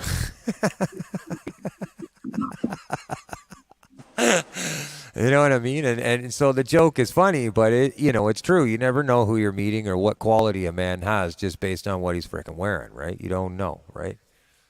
Jesus wore rags across the planet for, years. So it just goes to show you some people have a lot more to offer than what the hell they look like, right? I did my share of roofing too. I am a roofer, yeah. Oh, super cool. Welcome in, Hog Legs. Nice to see you, my friend. Cheers, buddy. Been a long time. He's a fishing musician. This guy's a fishing musician. And he's a roofer. What the hell? I knew I'd me a bromance at that. Yeah. So, well, I'm not gonna lie to you. I'm going to hang out with these for a little bit longer here, but I will be stepping down here shortly to go and visit another friend. Yeah, I'll probably be ending it shortly because I go over and hang out with Takedown and Hogleg at 2 a.m. So we're all good. Yeah, I would love to go over and hang out with them and say hi to them again. I know my wonderful queen, Mrs. Hogleg's queen, incredibly, Melissa. She was just talking about her the other day. So, So I mean, we go through a lot of ups and downs and everything. But if I had a chance to be over on that panel or come over and say hi, I would have a couple encouraging words and have some. I don't want to give it away, but I'd have my own apologies and stuff in respects to terms of that. I've always respected Hogleg and that family over there. I miss them dreadfully, and we all make mistakes, man. And at any point, if it ever comes an opportunity that we can deal with it and move forward, I would love to be able to support the Hogleg channel and the stream again because now I have the 1 o'clock. I go on to another channel, and then 2 o'clock. It was that one, and I just got in connection with Mike's Home Fishing again, or Mike's Fishing Home again, and it's just been an amazing experience. We've had some really cool times over there as well. Just a lot of miscommunication, a lot of craziness was going on. I had little trust for anything was going on. I was ready to kill my YouTube channel, the whole nines, due to a lot of the stuff that was going on and my own paranoia and experiences that were going on in the background. And I made some bad choices, and that was just it. So it happens sometimes, Rich. Oh, sure, yeah. And I've had to learn that the hard way super recently. I was super paranoid, man. Yeah, I really was. Like, I didn't know who was doing what, but it was pretty bad. It was the trolling was getting really bad, and I just didn't know where it was. So I just started, it just was making bad decisions. I couldn't trust anything at that point. I had no confidence. I was beaten down psychologically, with my channel and where I was going and the whole nine. So it was a tough go back then. I won't lie. But I'm here, man. I'm here, and I'm here stronger than ever. And it's my subscribers that pulled me through. I'm not going to lie. A lot of the people that were emailing me and going, when are you going to go live again? Are you going to go fishing again, Rich? We want to talk to you. When are you going to go live? And, I went for a while not going live, just kind of standing in the background going, what am I going to do next, But it was definitely a few really close friends that just kept pushing me forward going, don't, just keep moving, Rich, keep moving. You're doing it right. And, yeah. Dadgun voice to text. That's right. Hogleg used the voice to text. I remember. Yeah. And as far as I know, he's doing good. Is that Hogleg? Shane. Oh, Shane. Oh, sorry. I didn't mean to get him confused. Yeah, they have the power out down there and everything, eh? Well, I was crazy. checking the map, and the The Canadian outage map is similar to ours here, but it's not. Like Yeah. ours, you click on the number where it shows how many outages are in a particular time. It'll show the estimated restore time, and whether or not a crew is assigned to it. Now, when I was checking for by Shane, there's like little triangles, but it's not like right by like where he is. It's like down the street or south of him. So some of them they're talking like Sunday before they get power back. And then other people are throwing out complete misinformation that kind of irritated me earlier, but we're not going to go there. So does he? I mean, did you talk to him on the phone of this? Like, does he have a generator going? You must have some generators or something He going on at this point, right? has a small generator that's been running the fridge and some lights and Grayson's, video games, stuff like that. Well, And then the farmer is giving him, brought him meat and one farmer milk, and then he gets his eggs from one farmer. With the egg part's an all the time thing, but people have given him meat and stuff like that for who lives by him and stuff like that. But what's hard is the big farms that are there by Shane, they're all ran by robots, basically. So when they don't have Wi-Fi, they have to go back to the old-time milk pumps and all the cows have collars. They walk into this thing, it reads the collar, and then it moves them, and then they go about their day. They go in one way and out the other, and they just know when to come up to the gate to be in. So when they don't got power and Wi-Fi up there, then, that kills the farmers.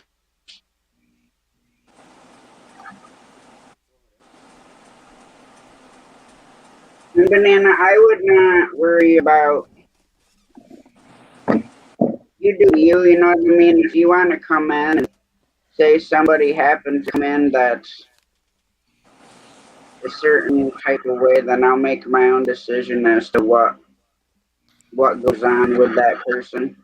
So long as if they're respectful and not bringing any BS, then I don't have a problem. But if it happens, it happens. I've had people come in here and want to badmouth people on my panel just because they may have had a disagreement however long ago. Yeah. That's the thing. If you got a beef, email the person, call the person. Don't bring it into somebody else's life No. and just keep going on and on and on, and then, force me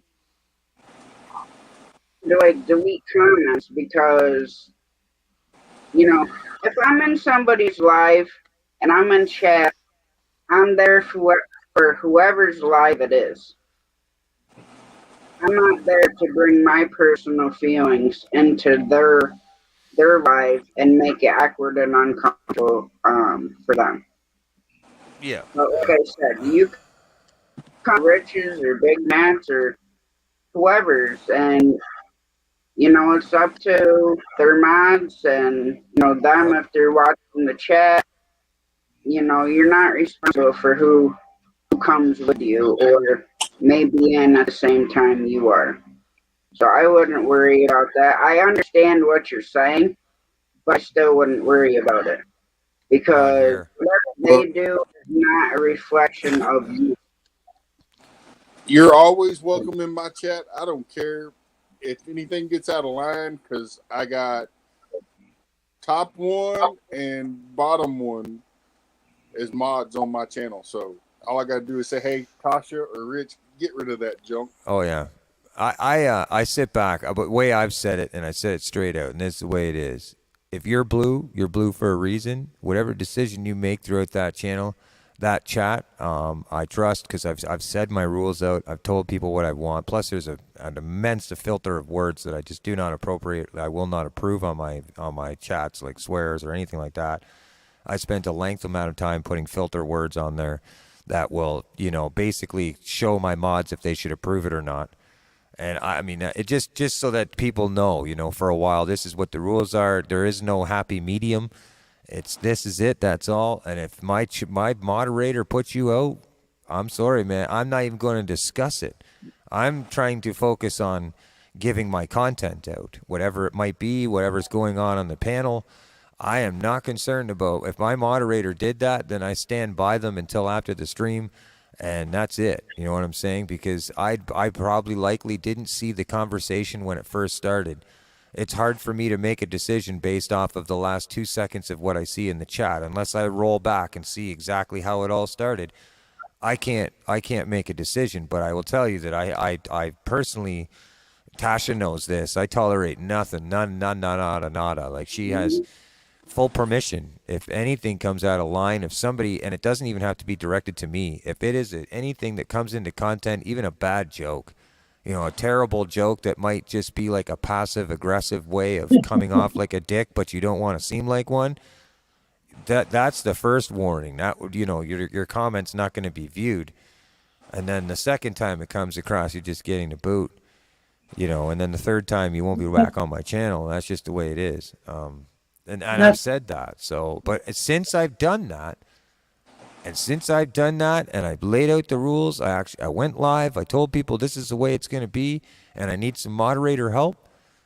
Man, I have not had one problem, not one. I haven't had anybody come in or anything. Some jokes, maybe some people block each other by accident when they're trying to share each other, put each other on timeout, when they're trying to share each other out stuff or get connected. But I have not had one problem since I've separated myself from certain things, just because, And so, hey, I just, everybody has the right, whatever the case may be, that you have the right to make your channel content and atmosphere and community to be whatever you want it to be.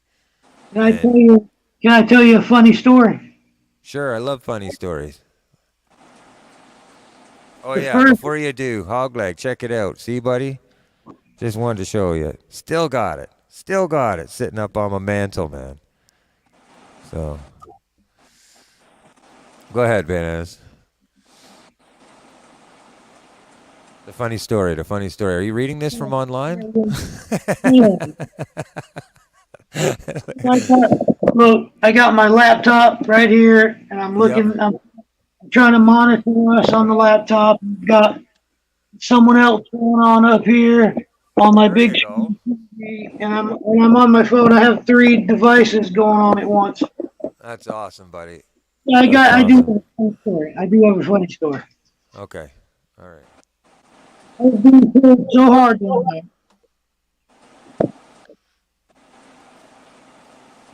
And there were, I don't know, so many people in there. We were talking to it. A troll came into the chat, and he started saying that I was wearing the same shirt for 2 weeks. And then he created a second channel. So he was coming in there. CFL. Voice to chat. Okay, so what, the guy, he did this, now you said this was a funny story, but it sounds like a true story to me. It is a true story. Okay, all right. Because when I doxed myself and told everybody my phone number, and the only one person that called me was this worst troll that I ever met. We talked. He called me. I was on the live stream, and my phone started ringing, and I was like, "Oh shit, he's calling me!" And I told everybody. He was in the chat. He said, "What? You didn't answer?" And I was like, "Hell no, I don't answer." Watching. And he called me again. I muted and answered, and we spoke briefly. And now it's a story. He's still a troll. But he's kind of like the cool troll. He gets banned, and then people unban him because we're like, hey, man, freedom of speech. Yeah. I have seen this one guy troll people so hard. And then we're like, oh man, I think we can tolerate him. If we can tolerate all this other bullshit that's going on, I think we Well, can check. tolerate what this guy is talking about. And I can show you the channel right now. Right there it is. His name is Wes. I'm good. His name is Wes Robinson. Anyway, Well, never mind. it's an ongoing thing, man. I'll be honest with you. I don't know who's doing it. I don't really care because I think it's hilarious. But my YouTube account probably gets reported, I don't know, once, twice a week, and I know it gets reported because I have to do the second verification in order to get back into my YouTube. Problem is, once you've second verified and validated your YouTube, you pretty much end your YouTube partnership with YouTube. It makes me laugh. It's like, hey man, thanks for visiting my channel and giving me some more analytics, because in order for you to do that, you had to be on my videos. Cheers. Thank you. See you later. At most times, every time when I go to schedule a live, if somebody knows, like before this concert, this live membership concert, they obviously were waiting, and half an hour before I got on, I couldn't get on my YouTube channel. I had to verify it, use my phone, go to email, tell them what number it is, and verify it to get back on my account before I went live. And so yeah, it happens, man. But it honestly, I think it's funny, and it used to affect me. Now I just look at it like, hey man, it sucks to, I have sympathy for them.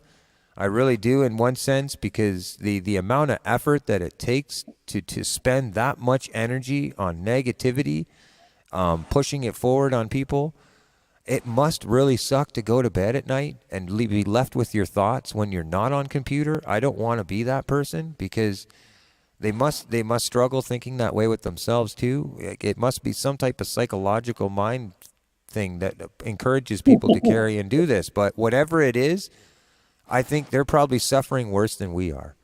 And so when I look at it that way, I just go, man, I'm better off in my position than yours. Like, do you know what I'm saying? And so it allows me to let it go. It just allows me to let it go. I have a little bit of sympathy for them, so I don't hate them. You know what I mean? I don't venge for them or anything. And I'm able to just go, man, I would rather be trolled than be a troll. Because to be a troll, the amount of effort, if they spent the same amount of effort that they spend on doing that on their own damn channel, posting positivity, they probably would have a very nice, successful channel. And that's the only thing that they're missing. So, I would rather be trolled than not be than to be the troll, so to speak, because the effort that it takes to do that, it just I don't have the energy, and it's not in my spirit or my soul to do it. So,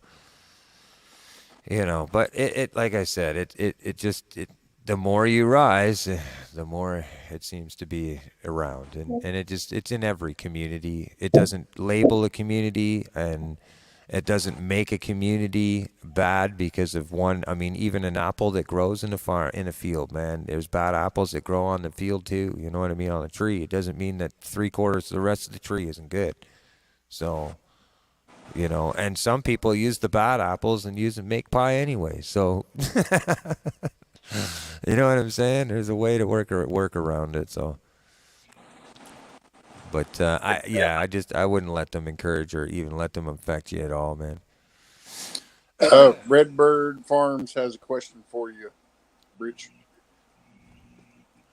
CFM, where do you go to learn how to make better videos? I am in partnership, which I don't pay for. It's free for anybody to use, but it's a program with vidIQ, and it's one of the big channels. Whoa, that scared me.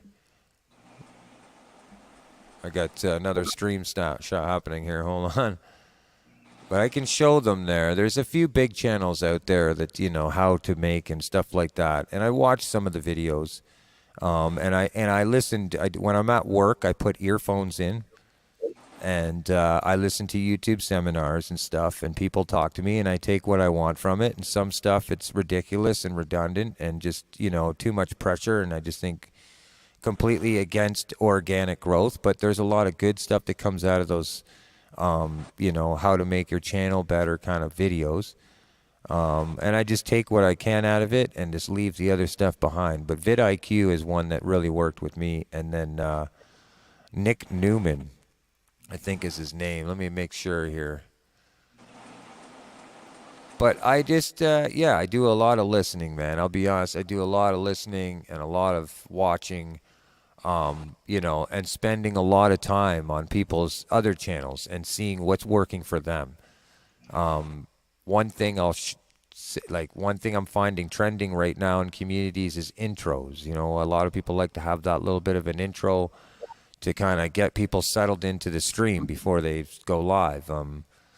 You know, certain things like that or thumbnails.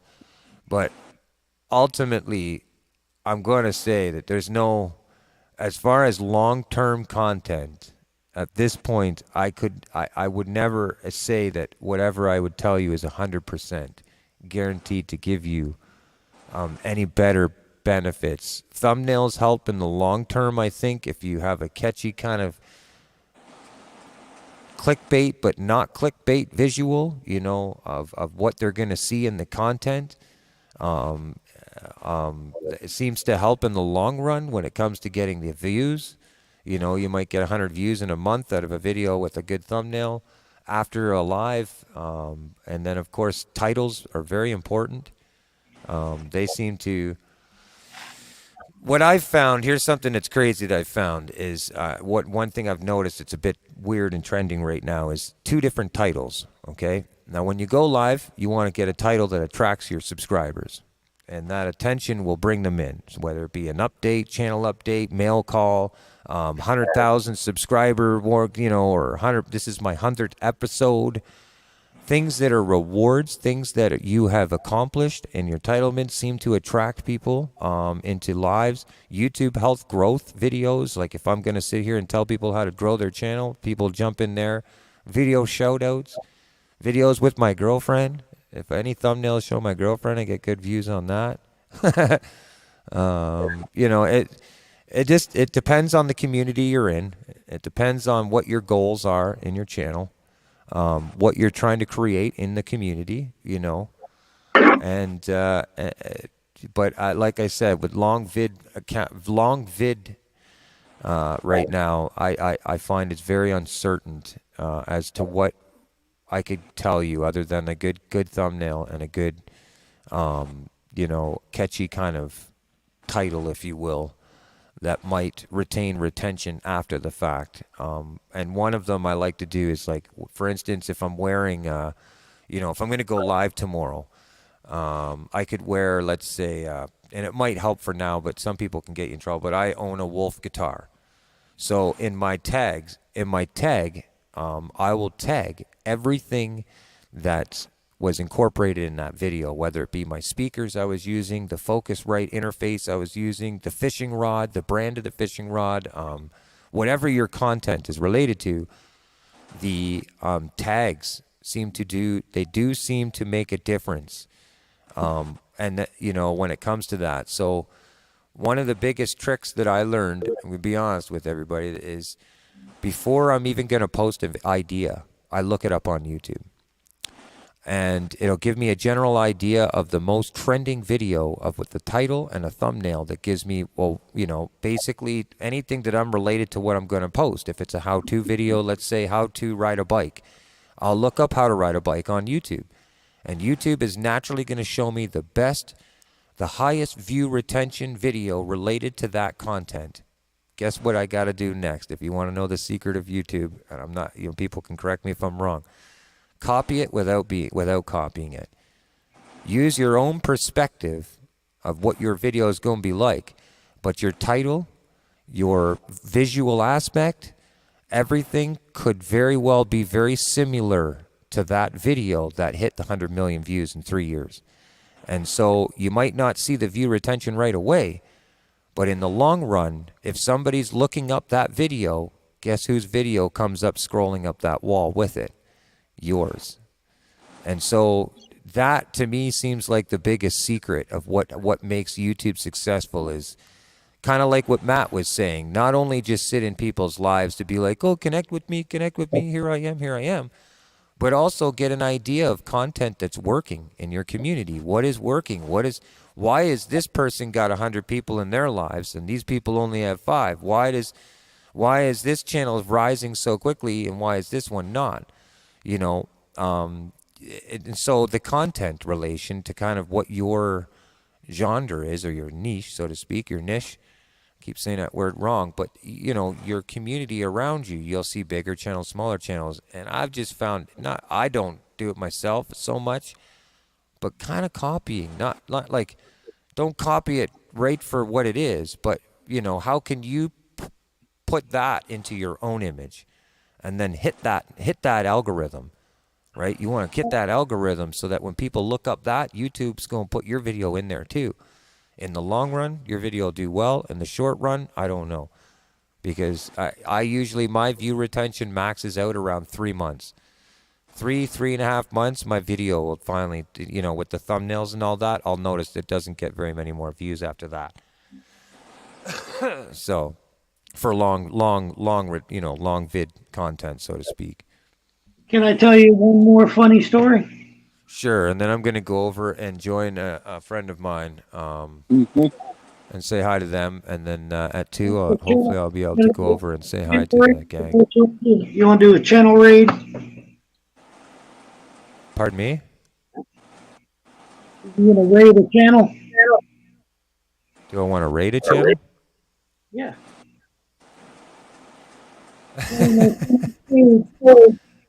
Rich sent me. That's a channel. Okay, here's the funny story. I have a video, and I'm going to show it to you. It's got 38,000 views because the first time I ever put a video on YouTube was because I had no other way to share information. I tried to take a short video of leaking shower drain.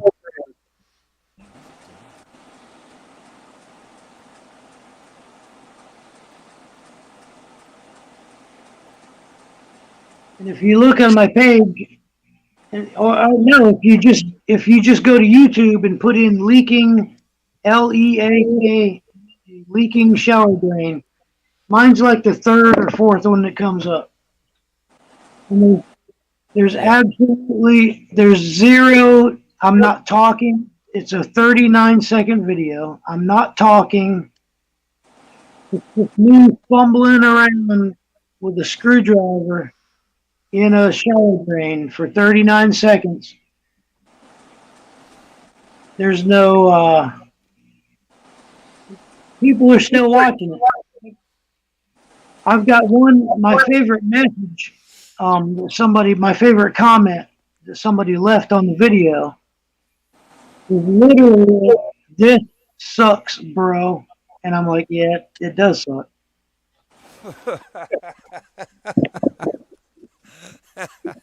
All right. Well, y'all have fun. I'm going to hop off here. We'll see y'all later. Hog leg, that's my channel, he says. Stop that. He's got a great channel over there. And I hope to come over. I'm going to come over and say hi tonight. Or at least come over and watch and hang out. Maybe I might just sit in the back. But I'm also going to step down here in Tasha as well and go say hi to some friends over there. They just went live themselves. But I know Judy's going to be hanging out in here. She hasn't talked to Melissa in a while. So, yeah. They're going to be going off in chat. Yeah. All right. Well, thank you, everybody. I hope everybody has a great evening. God bless. Thank you so much for letting us come up here and hang out and talk. What? Thanks, Rich. What? Whoa, wait a second. What was that, honey? Coyote wants to know, what would you do if you had 1,200 subs and only get 100 views on videos? Well, I do only get 100 views sometimes on videos, and sometimes it just depends on entitlement. If I was you, depending if you really believe in that content, maybe try and change the title and maybe a thumbnail into some idea of the content. Same type of concept, just like a different perspective. It might change it. Other than that, I wouldn't judge the video so far as to. I don't know how long it's been since you posted the video, but YouTube tells us through our algorithms and through the analytics to tell us what videos are doing really well and what videos aren't. My advice is don't take it too personal. If a video doesn't get a bunch of views, you can always go at the video again, maybe do a different perspective. Look it up online. Go find other people that have made content similar to it and find out what their approach was to the video opposed to what yours was. And like I said, try to match it. Hit that niche, or maybe revisit the video. But if YouTube tells it's a bad video, then we're kind of one step closer to posting good videos, if that makes sense. So I wouldn't. Any video you put out there is a good video in a sense in the long run, because the more videos you get out there, the easier YouTube can kind of understand and tell you where you're doing good on your channel. So just keep publishing and keep posting it out there. Have fun. Don't get discouraged by the 100 views. It could just be a timing thing when you posted the video, the time of day. I find the most active time to post a premiere or something is where the analytics match on your YouTube channel. When is your subscribers most active? That's when you should be posting it. Don't worry about whether or not your subscribers or your other friends are posting videos at the same time, right? Don't worry about that. That's going to kill your channel, right? Post a video operate your channel based off of what your analytics are telling you. Which videos got the best views and the best watch time. That's what you want. See, because in the beginning, when you're growing as a community, people will hug to you tight because, you feel matched too. But if your channel happens to rise quicker than theirs, sometimes they may move to other channels. Sometimes people move and grow and they go in different directions. But the views can be really sporadic in the beginning. Some will be high, some will be low. It's hard to tell. But once you hit the 1,000 mark, you should have a pretty steady idea of what your analytics are telling you. And if a video didn't get good view content, They're running ads on my video. oh yeah, they'll run views on your ads without even them being without you being monetized. That's the part where I was telling you the smaller channels are doing more work, are making more revenue for YouTube than the bigger channels. Can you see that shit? It's a stupid video of me tooling around with a screwdriver in a shower drain. There's no words. There's no nothing. It's got, okay, I said 38. It's got 34,000. Yeah. But it's also 6 years old. There you go. And it's exactly like I said earlier, when you see a video, if you want to look at a video for what it is, okay, and you go on YouTube. Here's the thing, before I leave, I'm going to leave on this note. And this is the only thing that I that gives me an idea, because I'm a creator. I look at a video as a creator and I look at a video as a viewer. When I first go onto somebody's channel and I go onto their video, I'm the viewer. Okay, now after I've watched it and I've related comment to the content, I might watch it again, especially if it's a successful video, something that I'm finding, they're getting good activity on it. Now I'm going to watch. Sorry. 19 people liked it. Yeah. Out of 34,000 views, I got my first subscriber. Okay, do you see this? Oh, you don't see that, do you? Do you see that? Yeah, I do, yeah. Just a little over to the left, but 72 or something like that. Yeah, but what does it say? That's my one comment. Oh, I can't see it. Oh, this sucks, bro. Yeah. I see that. Yeah. But this is years ago, and the first subscriber I have was from that video, man. And I never meant to show that video to anybody. Yep. Except I was trying to email out. I was trying to take that little video and email it, and I couldn't send it through text message. and they had iPhones. I had an Android. These are people I worked for. And I was just trying to send them the image of what I was seeing. And I was like, well, the only thing I can think of is to upload that video to the internet. And I was like, YouTube. Well, here's the thing. I wanted to just for 1 second here with the rights trapping. I will definitely do that. I can see your comment here. Thank you, Tasha, for pinning that for me. I'll take a look and check it out. I mean, I'm like I said, I'm nowhere anywhere to be somebody to give advice or anything like that. But if you honestly want to sit back and have a chat, and I give you basically advice based off my experience, I can show you my analytics. I can show you the channel growth and how I've done what I've done with my channel, and how I've gotten there. And I'm going to tell you, for a while now, I haven't played guitar on a live. The concert was just the last time that I did. Other than that, it was on Tasha's live. So I've experimented not playing guitar and just fishing. I've experimented playing guitar and not fishing, and I've experimented doing nothing at all and posted shorts. And so I kind of tried all avenues to scientifically figure out some kind of algorithm and what successfully works, and to let YouTube kind of tell me what's going on with my channel, right? I want them to tell me now, oh, whoa, wait a minute, that video is not doing nearly as good as it's the other ones. You need to go back to doing this. So I'll definitely take a look for you, man, my friend. I have no problem with that. 7 years is a long time on YouTube, but I will say this, the lives have only just started, and the way that YouTube's growing and the way it's starting to shift with the shorts, and the fact with the Alone Show, the Alone Show is huge on trapping and homestead right now, and the show is done so well, view retention wise, that your channel should, within this year or by next year, depending, as this Alone Show keeps getting pushed out there and these seasons get more intense, trapping is starting to become a bigger thing now, a huge thing. It's being acknowledged as this, needed asset in people's life. If you were starving, you were stranded, what were you going to do if you don't have a gun, if you don't have a bow, if you don't have an arrow? How are you going to feed yourself, right? I'm at a point now, honestly, I got a few little mice around here. Now, they don't bother me so much, but after watching the Alone Show, I've been like, it'd be kind of cool to set up one of these rock traps, you know what I mean? Just watch it go up, ding, bing, bing. But, within a week, maybe I won't have any mice anymore, but so, I can see that trapping is going to be a huge thing if it isn't already, in a sense. So my biggest thing, if I was to say anything to give you advice, is maybe, I'm sure you already do. You probably know channels that are already very successful at what they're doing. I know it sounds like a cop-out, but, find out what they're doing and start presenting your channel in that way. And if you need a little bit of a channel assistance or help, with it comes to thumbnails or stuff like that, there's lots of channels, including myself, that are out there helping people on the membership side of things.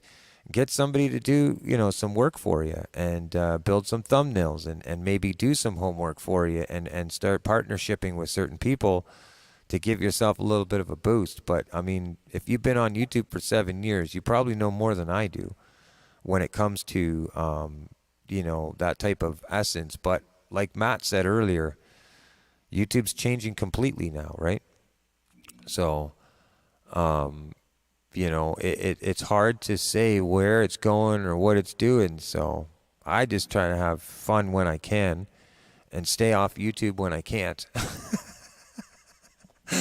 When I'm in a great mood, I'm jumping on YouTube. If I'm not really feeling good mood, today it was really rough. I woke up, I wanted to do a whole bunch of projects, and my mind was not letting me do it. It was hammering me down, and all these expectations of what videos should be like. How am I going to do it? It just, like I said, by the time I wanted to actually make an idea, I talked myself out of the idea. So I didn't end up making a video today. So maybe tomorrow, maybe tomorrow I'll wake up and it'll be a little easier. I don't know. But that's kind of how it works for me. I take it day by day, and like I said, if I can't stay positive, then I get to stay offline. You know what I mean? If I'm not feeling it, I stay off. So anyways, I'm going to, I'm going to step down now here, and I'm going to go join the boys over there. Thank you so much, everybody, again.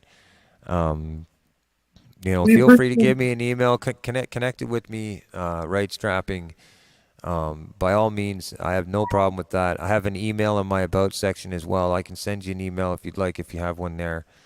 But I have no problem having a few one-on-ones, an email chat or something. If you got questions, as long as you're okay with the patience of me responding, you know, I'll always answer my emails.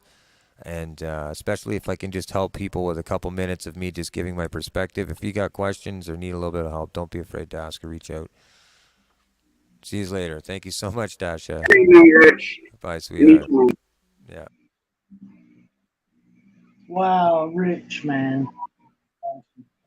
I appreciate you having Tasha. Anytime. If the right's trapping, if you're still in the house, my father was a disabled veteran. My father was a Korean War veteran, and he did everything. He did absolutely everything. He hunted from a tree stand. We ran a commercial fishing, like crab. We did crab pots. We did trot lines in the lakes down in central Florida, Volusia County. But right strapping, if you're here in the stream, I've got something that my father did trapping as well. He would go out with no legs in the snow with a snowmobile suit on, and he would do everything a normal man would do, include. I don't know if you can see that. Let me get that down for you.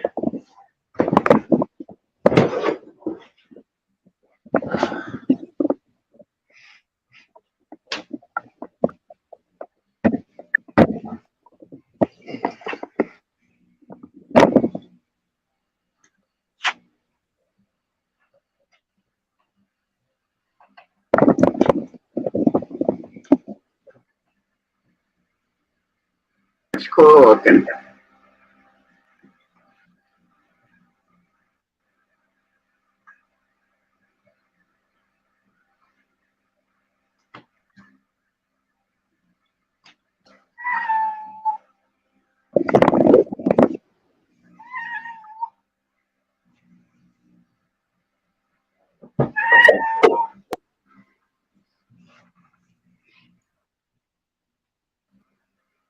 I already said that's a nice raccoon.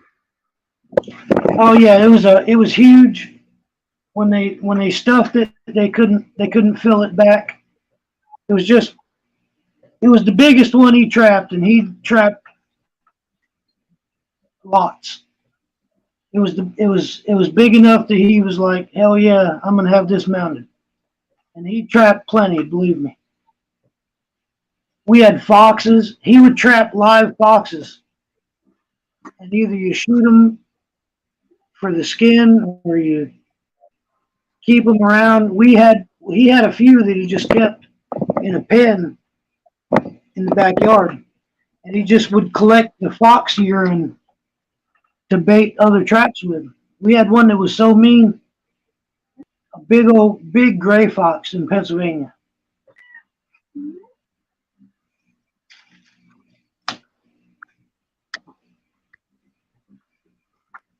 So anyway, You're gonna take him if he gonna make a coyote hat. Hell yeah.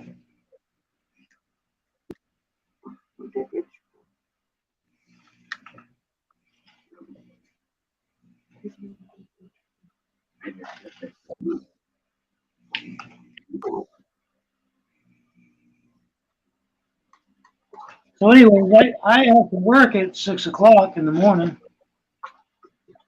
Well, it's almost 1:30.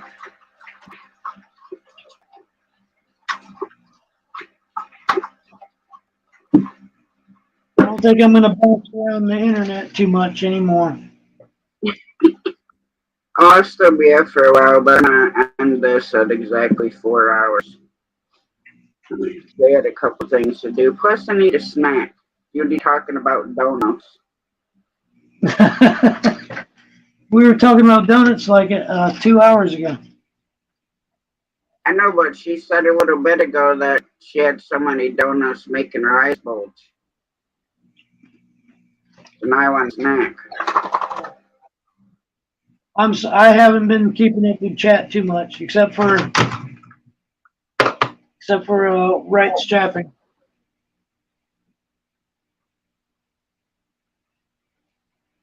I know it's so good it happens. Can't watch everything sometimes. And you're more than welcome to come up on panel anytime. So I'm not. Yeah, I enjoy kind of just being in the chat. You know. Good night. All right, Hogleg, I'll be over.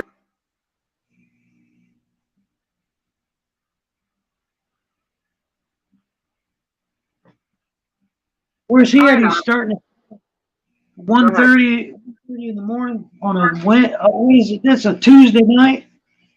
We start 2 a.m. And the lives go on his lives, and then sometimes take down catfishing because they're in the boar's nest together. They do their live streams together every time, just like Shane and I normally do, but with him not having power and stuff, that's why it's mostly just been me and Wayne and whoever else comes up. I got you. So these guys are in Georgia. Well, you're talking about Shane, right? Shane, as in Great Farmer Free, is in Nova Scotia.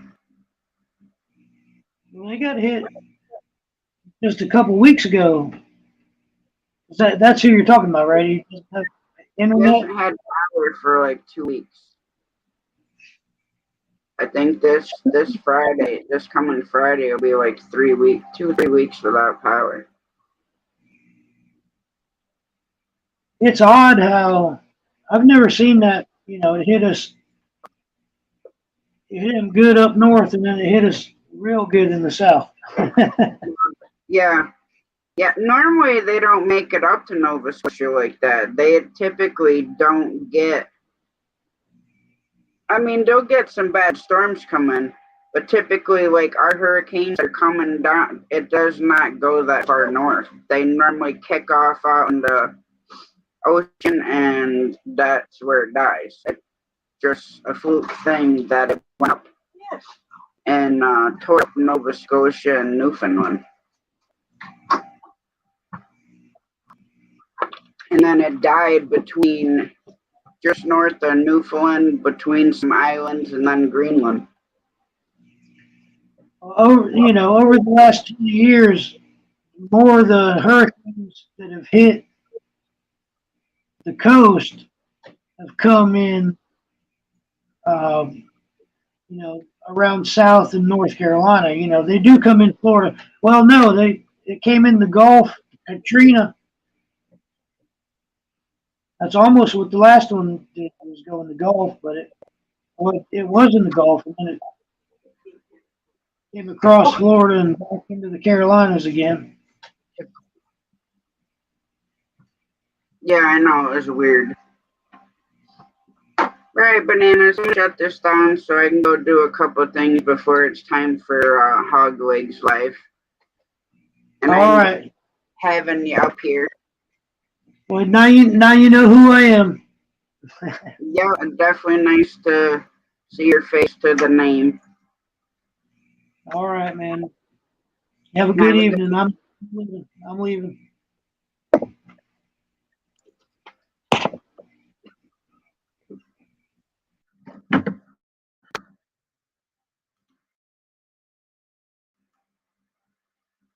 Alright, everyone, I'm gonna shut it down and I will catch you guys tomorrow night. Great one, and God bless.